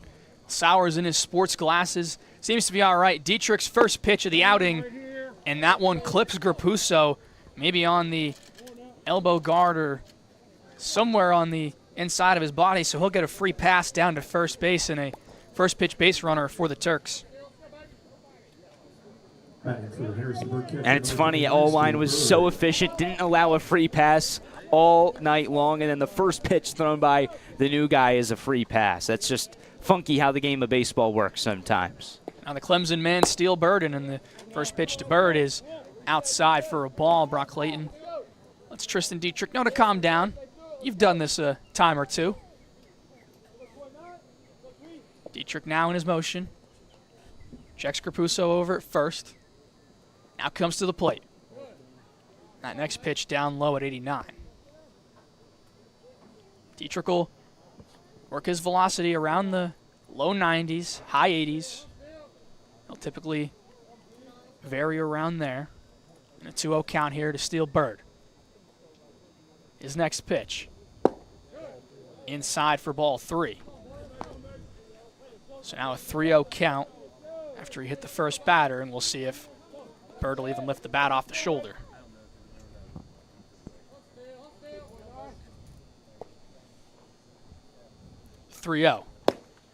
Inside for ball 4, and Brock Clayton calls time. He's going to go talk to Tristan Dietrich about the start to this outing. And that immediately brings Chris Glaze out of the dugout for the Tom Sox. Keep in mind for Dietrich, this is the first time he's pitched since the last time the Tom Sox won back on June 10th against Culpeper. Great outing for him then, but having 9 days in between your appearances is not an easy task to come back from, especially in a game where this is still one swing away from being a tied ball game if Harrisonburg were to lift one over the fence. And Philip Garcia's coming up here for Harrisonburg. He's got those 2 hits today. Remember, he's got the 6 hits against the Tom Sox this summer. And then it's right back to the top of the lineup for the Turks. So Dietrich's really going to have to buckle down with Brandon Eldridge getting loose in the bullpen as well for the Sox. Well, as Eldridge gets loose, Dietrich will look to work out of some trouble. Runners on first and second here for Harrisonburg. A good spot for Philip Garcia, who's, as we already mentioned, had a day against the Tom Sox in both ball games here at CHO Airport Field. First pitch from Dietrich. Catches the outside corner and gets a cheer from the Tom Sox dugout. So Garcia behind 0-1.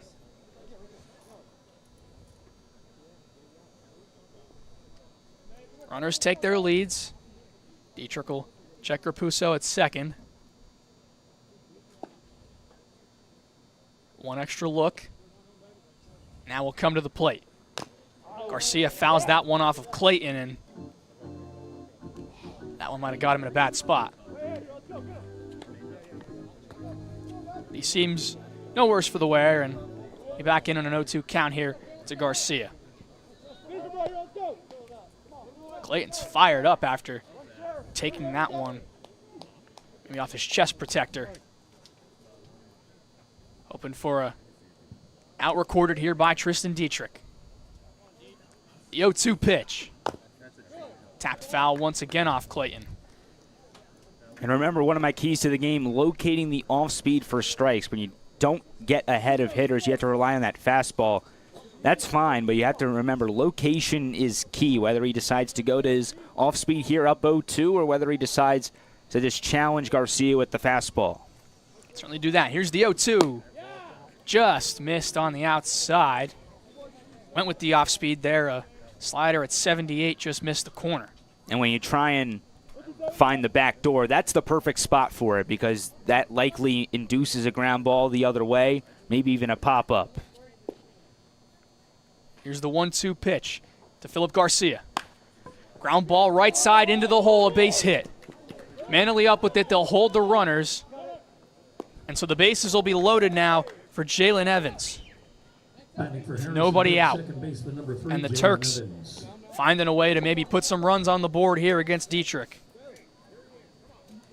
There's just always that one player that teams struggle to get out. And for the Tom Sox in the 2 games against Harrisonburg this summer, it's been Philip Garcia. He's now got 7 hits in the 2 games, and after just 3 batters, Randy Tomlin's out to make a pitching change. With that being said, we'll take a break and be back with you on the other side of this pitching change from CHO Airport Field.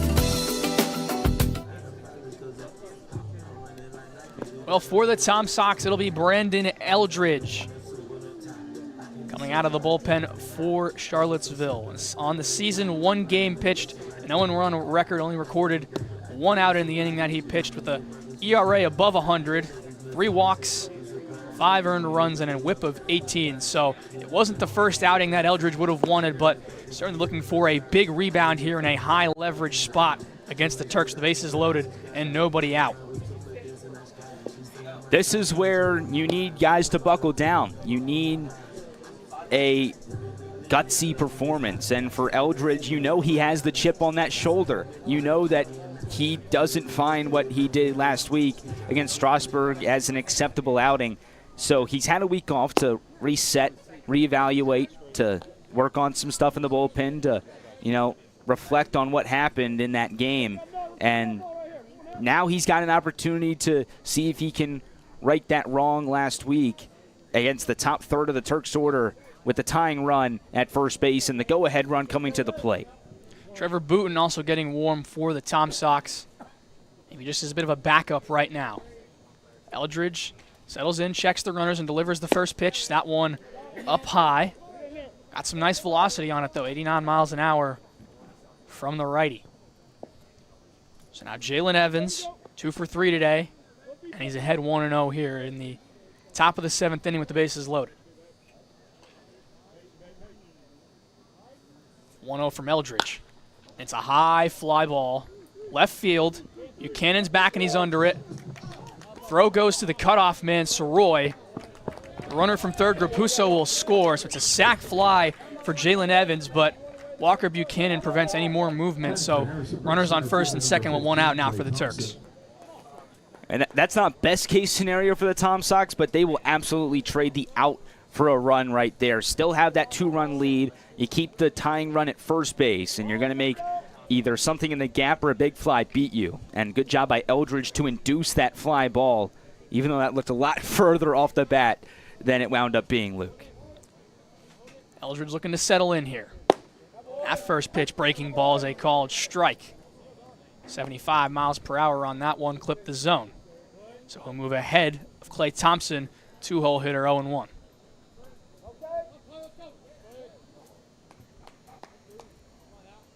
The 0-1. Another breaking ball, this time on the outside for strike 2.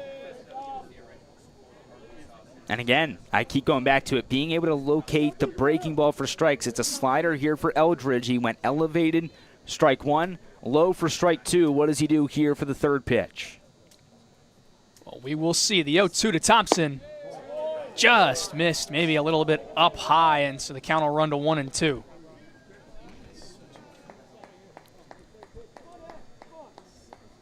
Thompson maybe gets a bit of a break there from our home plate umpire, and he'll have a second chance. Eldridge now the 1-2. That one's tapped.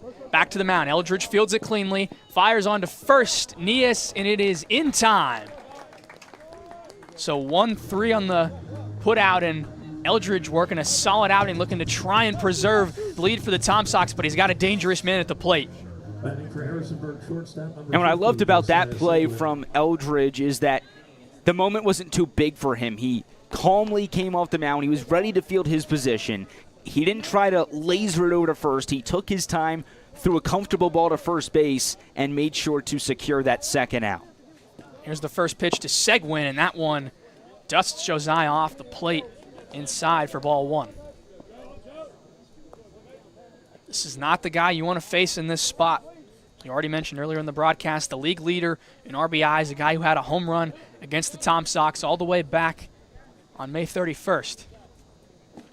Second pitch inside yet again. Be trying to loosen up that inside and get Seguin off the plate, but Eldridge behind 2-0. First base is open, so maybe Eldridge doesn't want to work against Seguin. 2-0. One line back off the screen, and so 2-1 now our count with 2 outs in the top of the 7th. Runners on second and third.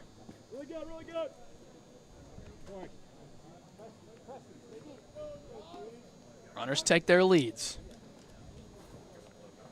Clayton gets set at the plate. The 2-1. Tapped foul back to the screen once more. And so now the count knotted up at 2 apiece with 2 outs. Top of the 7th. Tom Sox leading 4-2. Huge pitch right here. He's loved the off speed. He's been able to locate the fastball too. He's got everything at his arsenal. The 2-2. Up high with the off-speed pitch. And so now a full count. Runners won't be in motion, but first base open. You'll have to wonder if Eldridge wants to challenge Seguin.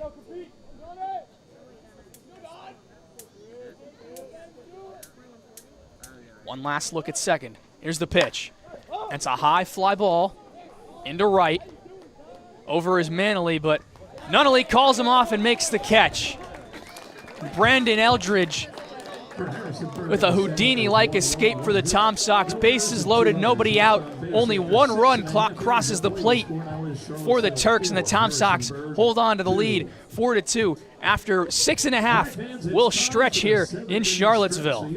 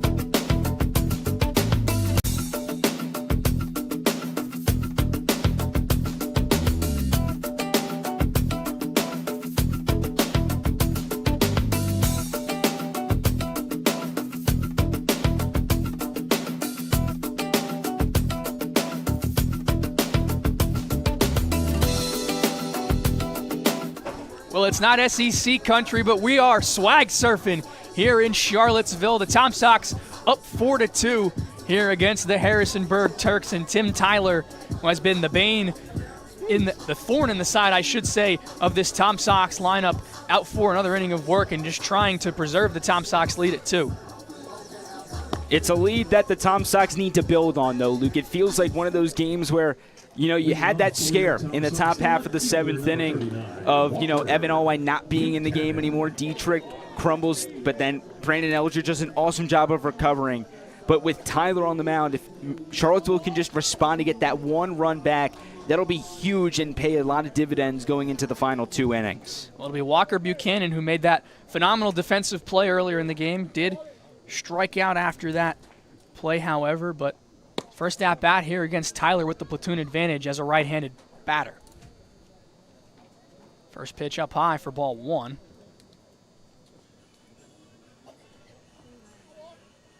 And now the 1-0 to Buchanan. Takes a big cut at the fastball there from Tyler, but he can't connect. And so the count will knot itself up at 1-1.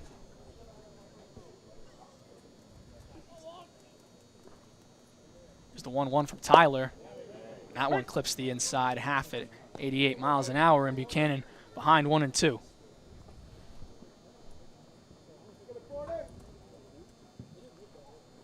Tyler in his motion. The next pitch. Swing and a miss. Tim Tyler, his 3rd punch out of the ball game, 3rd punch out in a row for the man from JMU. And now it'll be Lee Sowers trying to be the man to break that punch out streak for the Tom Sox. Tyler is just so effective with every pitch that he has, and it's the fastball that's giving the Tom Sox a lot of trouble in this outing so far. First pitch to Sowers, and that one off speed clips the corner for strike 1.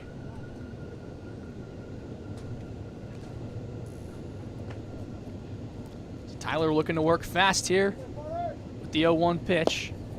That breaking ball at 66 miles an hour just misses the strike zone. It's funny, he'll hit you with the 89-mile-an-hour fastball and then that ephus-like delivery. Maybe not that slow, but still it's wild to see the difference in velocity pitch to pitch for Tyler. Next pitch misses the strike zone, so now Sowers ahead 2-1.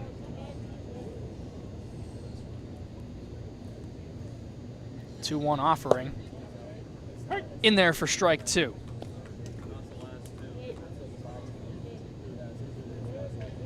So now a 2-2 count to the UNC man, Lee Sowers.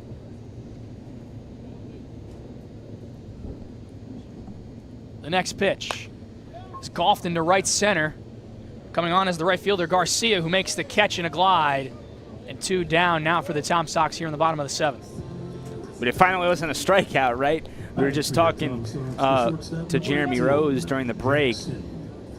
Tyler came in with 23 strikeouts, leading the VBL. He's got 3 more here today. He struck out 10 in a start against Woodstock the other day. He's been so efficient in the strikeout department. It's been no different today. He's retired all 5 batters he's faced so far.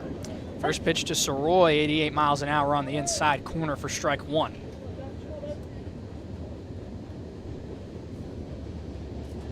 Ready to work once again with the 0-1 pitch. That one misses down low for ball 1. So 2 outs, bottom of the 7th. Jackson Soroy, the 1-hitter, and a 1-1 count. Next pitch from Tyler. Swing and a miss. With the fastball again, and that 88's looking more like 100 right now with how Soroy can't make contact. The 1-2. Swing and a miss. Another strikeout for Tim Tyler and another 1-2-3 innings. Back-to-back times, Tim Tyler puts the Sox down 1-2-3. We'll head to the top of the 8th here at CHO Airport Field.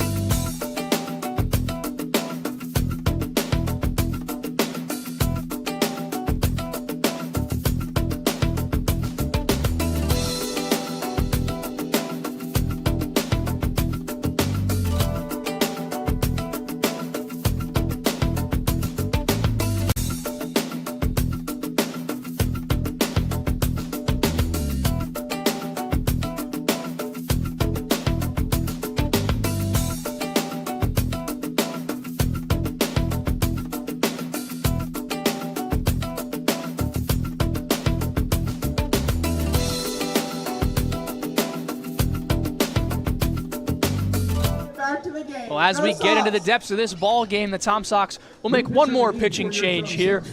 Trevor Booten, the Auburn man, on the bump for the Tom Sox. And Nate, Brandon Eldridge, not the start he wanted last week, but what a phenomenal performance here today against the Turks.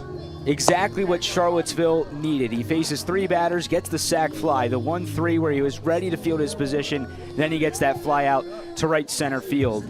Escapes that bases loaded jam and only limits the damage to 1 run. That 1 run charged to Tristan Dietrich, of course. Eldridge did his job. He gets the hold, and now Trevor Booten on for the 8th and maybe potentially the 9th inning as well. Booten, another guy that's been one of the premier relievers for the Tom Sox, has been using a lot of high-leverage spots, such as the one right here in his first pitch to Jack Schraft, a called strike at 74 miles an hour.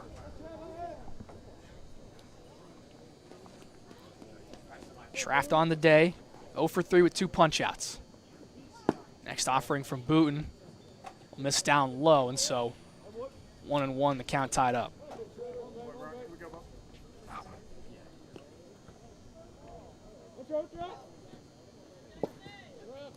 Booten made an appearance on Tuesday in Strasburg, pitching on a couple days rest.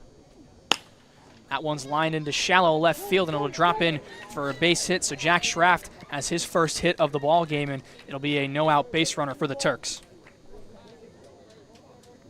And Harrisonburg has been so efficient today at finding ways to get somebody on in every inning. Other than the 4th inning when Allwine went 1-2-3, Harrisonburg has had at least somebody on the base path at all times. It was a lot of guys in that 7th inning, of course, starting with the bases loaded. In the 6th, the 2-out single. In the 5th, had 2 singles with 2 outs. So Harrisonburg's just been finding ways in the middle part to the late part of this game to be competitive and be 1 swing away from a tie game. First pitch too long from Booten is a called strike at 85. And Booten, a very similar guy to Tyler. Not much on the velocity side. Booten a few ticks lower than Tim Tyler, but has that arm motion that's certainly deceiving, as the next pitch swung on and missed from long, and Booten ahead 0-2. So Booten 1 strike away from Gordon the first out of the inning. Have to deal with Schraft over at first taking a lead. The 0-2 from Booten sweeps down low with a zone, so 1-2 the count. It's a really good pitch, though, by Booten. Waste pitch on 0-2, goes to the slider, something he's been able to land for strikes, something he landed for strikes on Tuesday against Strasburg. So Booten ready with the 1-2. Called, strike 3 for Trevor Booten. And the first out of the inning goes by way of the punch-out, looking for Ty Long.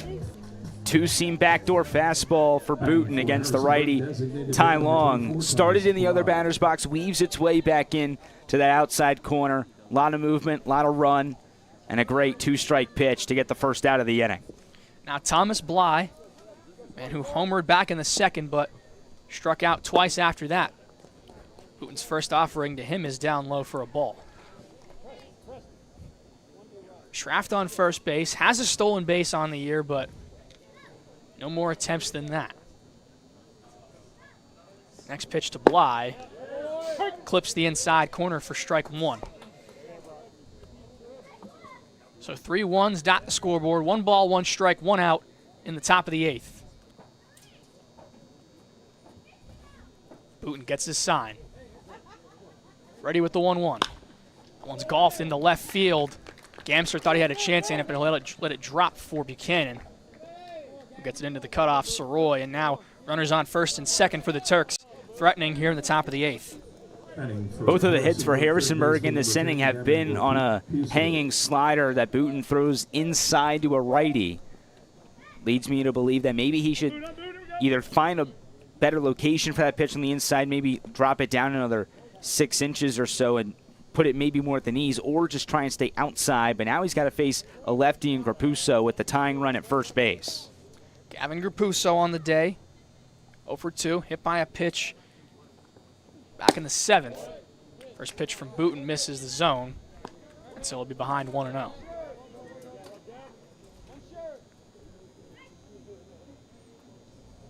Grapuso's had success this season, coming into today, a .343 average in 13 games, 7 RBIs. yet to record an extra base hit. Next pitch from Booten, a called strike. Booten will knot it up at 1-1.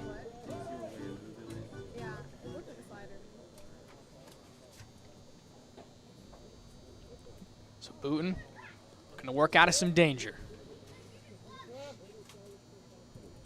Fires to the plate.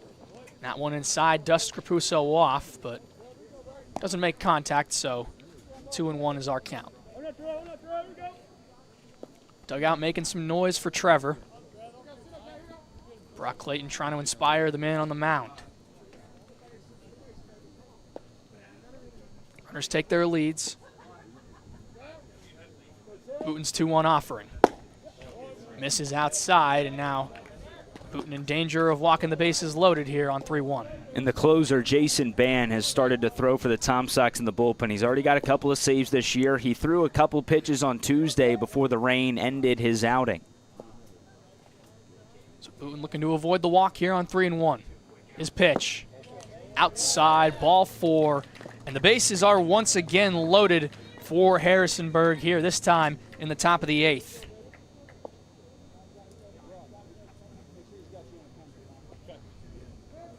That'll bring up Steele Bird, who's being pinch hit.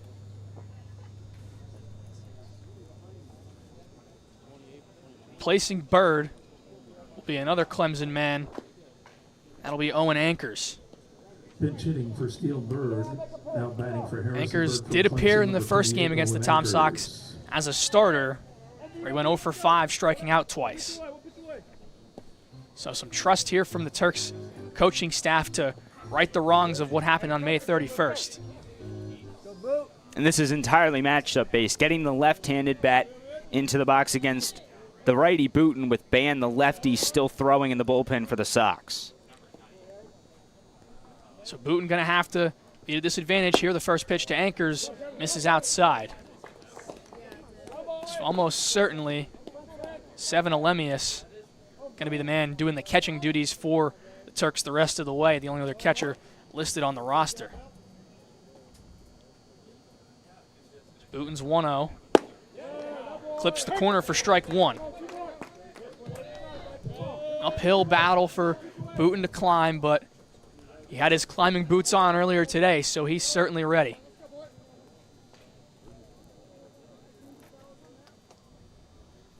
The 1-1 to Ankers.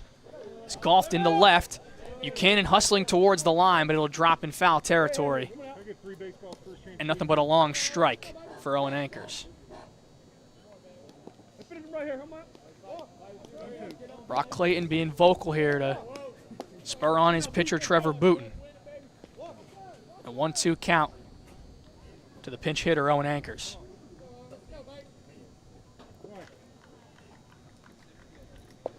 Booten gets his signs. He won't check the runners. With the 1-2. Just missed off the outside corner. Tom Sox dugout and the fans all wanted that one, but they won't get the call, and now the count ties up at 2-2.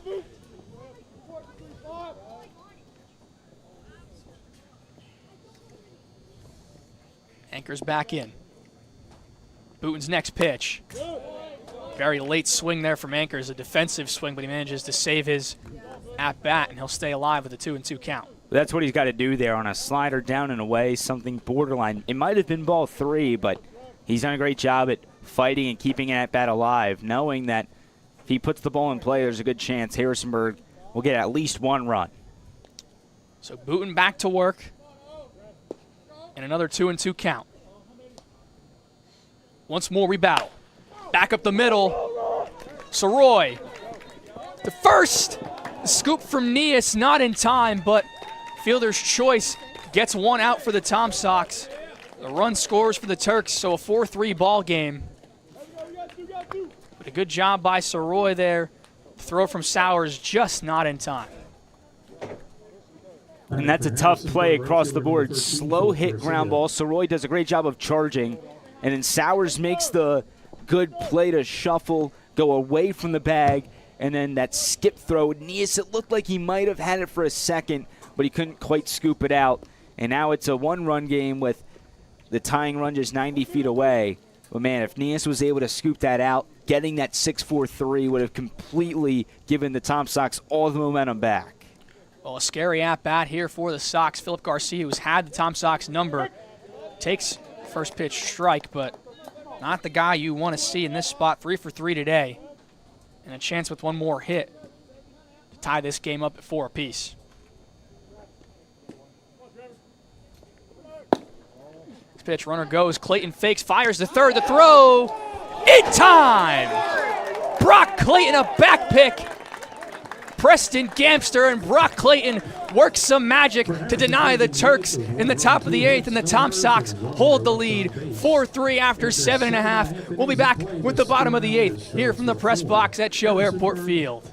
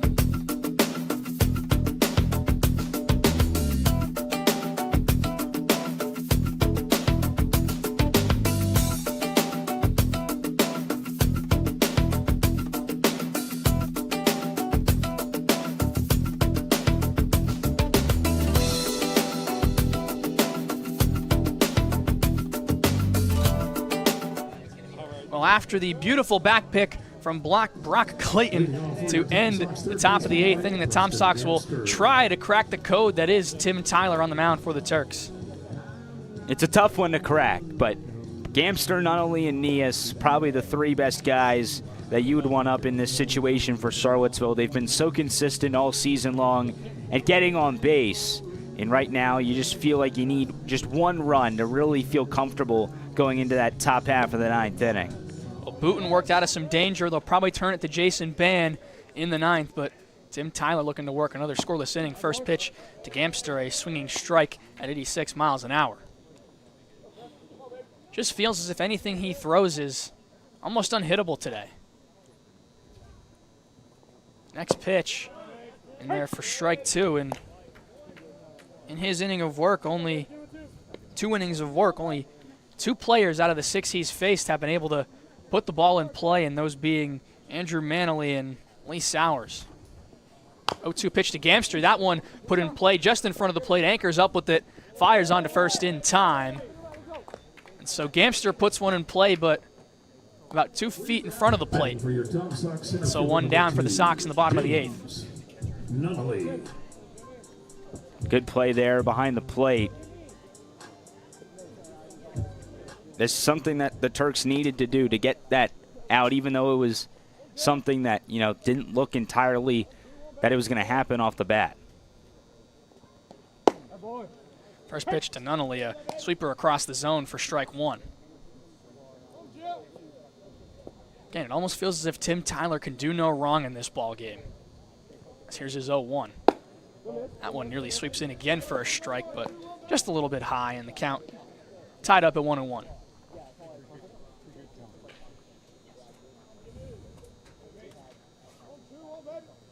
Nunnally looking to be the first man to reach base against Tyler for the Tom Sox. That one misses outside for ball 2.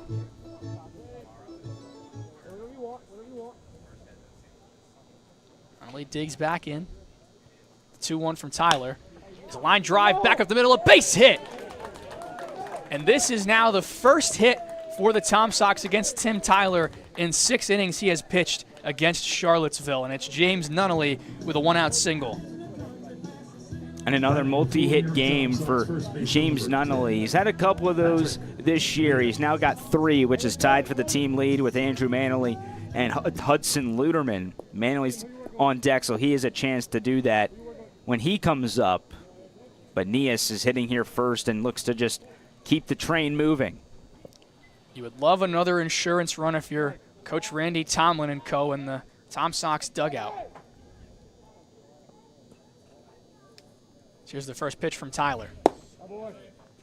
Splits the zone for strike 1 at 86.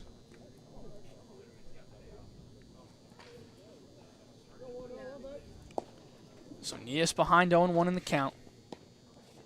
The next offering from Tyler. Tapped back off the fence, and Nias quickly behind 0-2.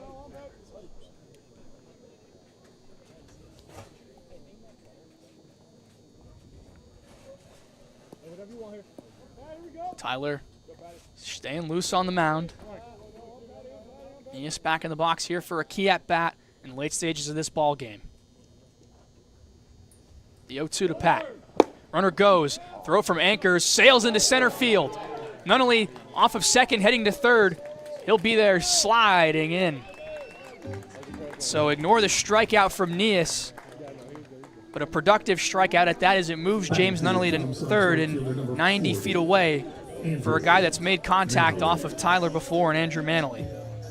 Stolen base and advancing on an error there for James Nunnally, going from second to third. He's got 6 stolen bases now, which leads the Tom Sox, moving past Kyle Langley, using that speed and giving Andrew Manley a chance to bring him home with a base hit.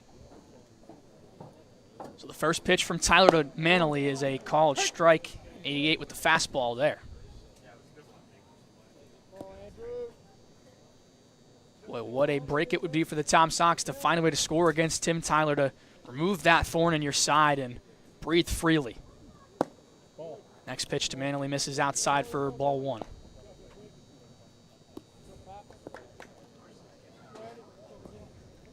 Tyler's had some of his best stuff today against the Sox, but they've scraped a hit and now looking to scrape a run across. Next pitch misses outside once again, so Manley takes control, 2-1.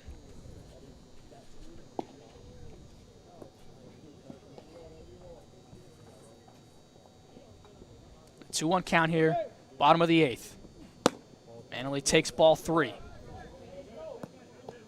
Some good hitters count for Andrew Manley, one of the most productive hitters in the Tom Sox lineup. 1 for 3 today, but with a single here could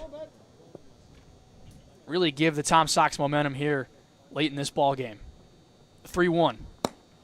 Misses outside for ball 4. Anchors stumbles back into the grass behind the plate. And so runners on the corners now for Evan Tavares. His first full appearance as a Tom Sock, and we'll have a mound visit from the Harrisonburg coaching staff. And some motion out in the bullpen, but I don't think enough to warrant taking Tim Tyler out of this ballgame, who's been dominant through 2 2/3. Yeah, he's got to be the guy to try and get this last out for Harrisonburg. He's been that guy all summer long for them. He had that one blow-up outing against Purcellville, but at the same time, he's been so effective today and has those 2 blemishes in this inning. Otherwise perfect, though. And he's facing Tavares here, who's struck out in each of his last 2 at-bats. So power on power. Let's see what happens. Might be a fireworks show here at CHO Airport Field. You're tuned in, folks. Don't turn off your TV sets. You might see a bright flash if Tavares makes contact. First pitch from Tyler. 86 for a called strike 1.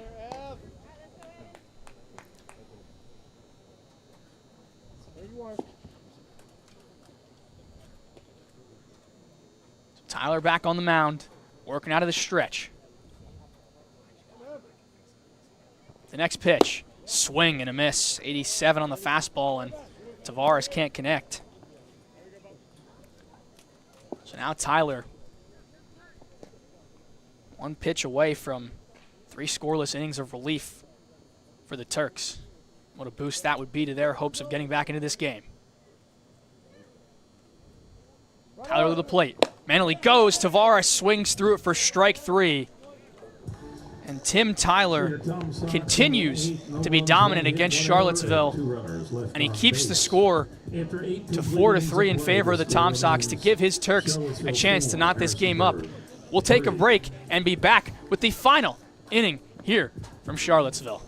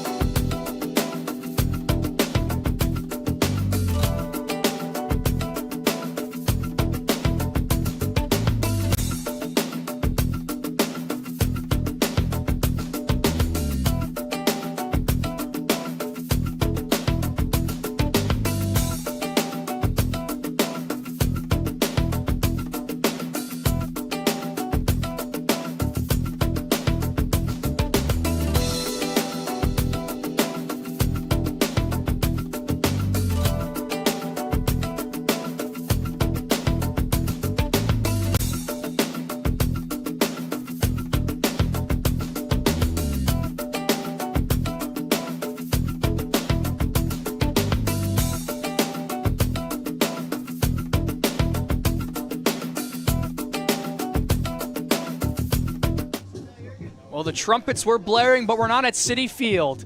However, it does signify the arrival of the closer for the Tom Sox, Jason Ban, who has been nothing short of phenomenal for the Sox in this role this season. They'll have to face for the Turks 1-2-3 to find a way out and to give the Tom Sox their 4th win of the season. It's not going to be easy. Evans has had a phenomenal day. He's been 2 for 3 with a sac fly. Thompson has been 0 for 4, and Seguin has been suspiciously quiet. It's going to be a challenge. I'm sorry he'll have to start 9-1-2 after the caught stealing to end the past inning. And it's Garcia to start things off for Harrisonburg. Man, what a season he's had against Charlottesville specifically. We talked about it ad nauseum so far. He's got a chance to go 4 for 4 with this at-bat. It would give him 4 hits in each game he's played against Charlottesville this summer. Would be an incredible performance. You must just love the air here at CHO Airport Field. First pitch from Ban, down low for ball 1. And the native of Glenview, Illinois, plays his college baseball at Davidson. Next pitch from Ben, clips the zone for strike 1.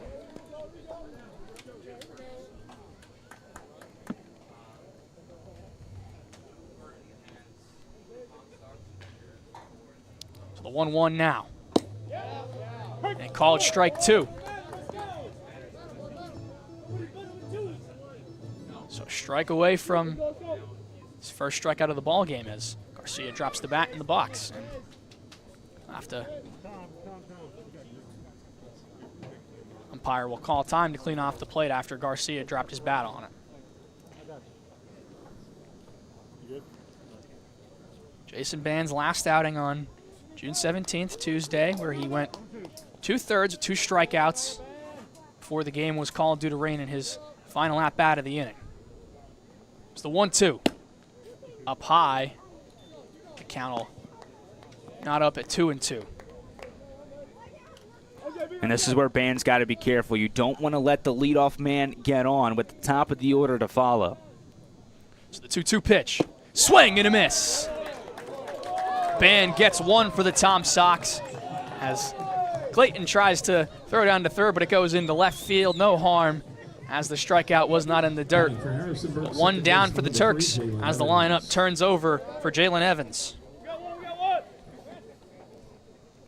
So now the same thing applies. Top of the order, these are the dangerous bats in the lineup. Evans already with 2 hits today, including that double to left center.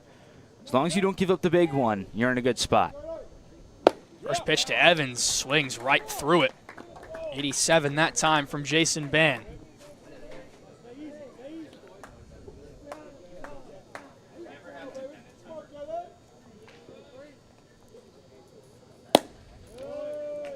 That one misses outside for ball 1. So the count tied up at 1-1.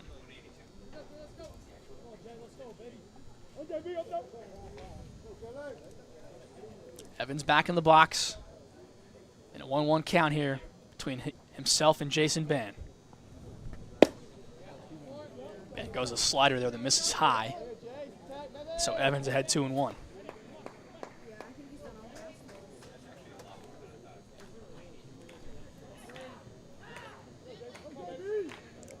Two 2-1 count. Clips the inside corner, and Evans doesn't seem to be a big fan of that call. Might have been a tick inside from my vantage point, but enough to cross the plate, even up the count at 2s, and give Ban a little bit more leeway. So Ban looking for a second strikeout here in a 2-2 count. The pitch. Tapped foul, and Evans will continue to fight once more. It's the crowd in CHO Airport Field. Still pretty sizable considering the rain that was in the forecast that did show in, well, the temperatures today. Still out in support for your Tom Sox. 2-2, swing and a miss. Ban's second punch out of the ball game takes down Evans, and now Clay Thompson, the last man in between Jason Ban and a Tom Sox win. Harrisonburg center fielder number 15, Clay Thompson. Just relying on good old reliable, the fastball, is Jason Ban. He's done a great job so far. He had 2 strikeouts on Tuesday in 2/3 of an inning. He's got the same so far here today, and now it's up to him and Clay Thompson to decide a winner. First pitch to Thompson takes a big hack and falls down nearly to a knee. He'll be behind 0-1.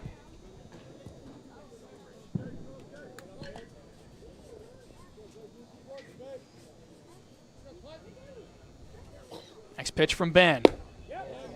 Just missed up high.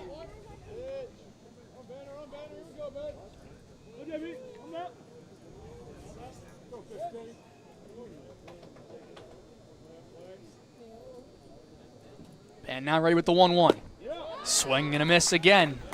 It's fastest of the night at 89 miles an hour. And Jason Ban is 1 strike away from snapping the Sox 4-game losing streak. That one up high, the 1-2. 2-2 now the count. As a clap begins to emanate from the Tom Sox dugout. Everyone watching here and everyone on their feet at CHO Airport Field. The 2-2. Swing and a miss! Say goodbye to the 4-game losing streak. The Tom Sox have a 1 in that column. The Tom Sox take it 4-3 here at CHO Airport Field, taking down the #1 team in the VBL, the Harrisonburg Turks. And Nate, what a ball game for the Tom Sox. What a ball game. It was a hot start and a quick finish after that. The Tom Sox used those 3 runs early. Preston Gamster sets the tone for the day with that solo home run in the first inning. Evan Tavares, in his first Tom Sox at bat, hits an RBI single into left field.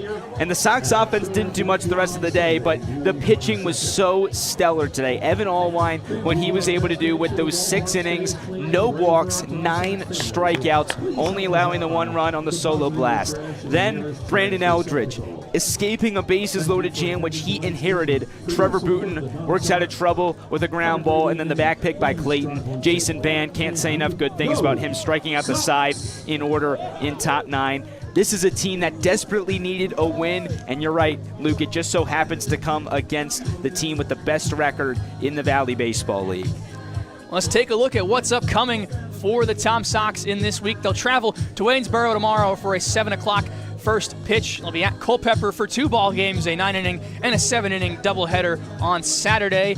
and they'll travel to the play at home against Newmarket on Sunday, and then take a trip back to Culpeper on Monday to finish up another game there. And folks, what a ball game. The Sox battle through adversity to win it 4-3 here in the 9th. Thanks for sticking with us all night. Luke Stefanisco and Nate Schwartz, a pleasure to be in the booth with you, Nate, one more time. And folks, once again, thank you for watching. Have a good rest of your night, and go Tom Sox.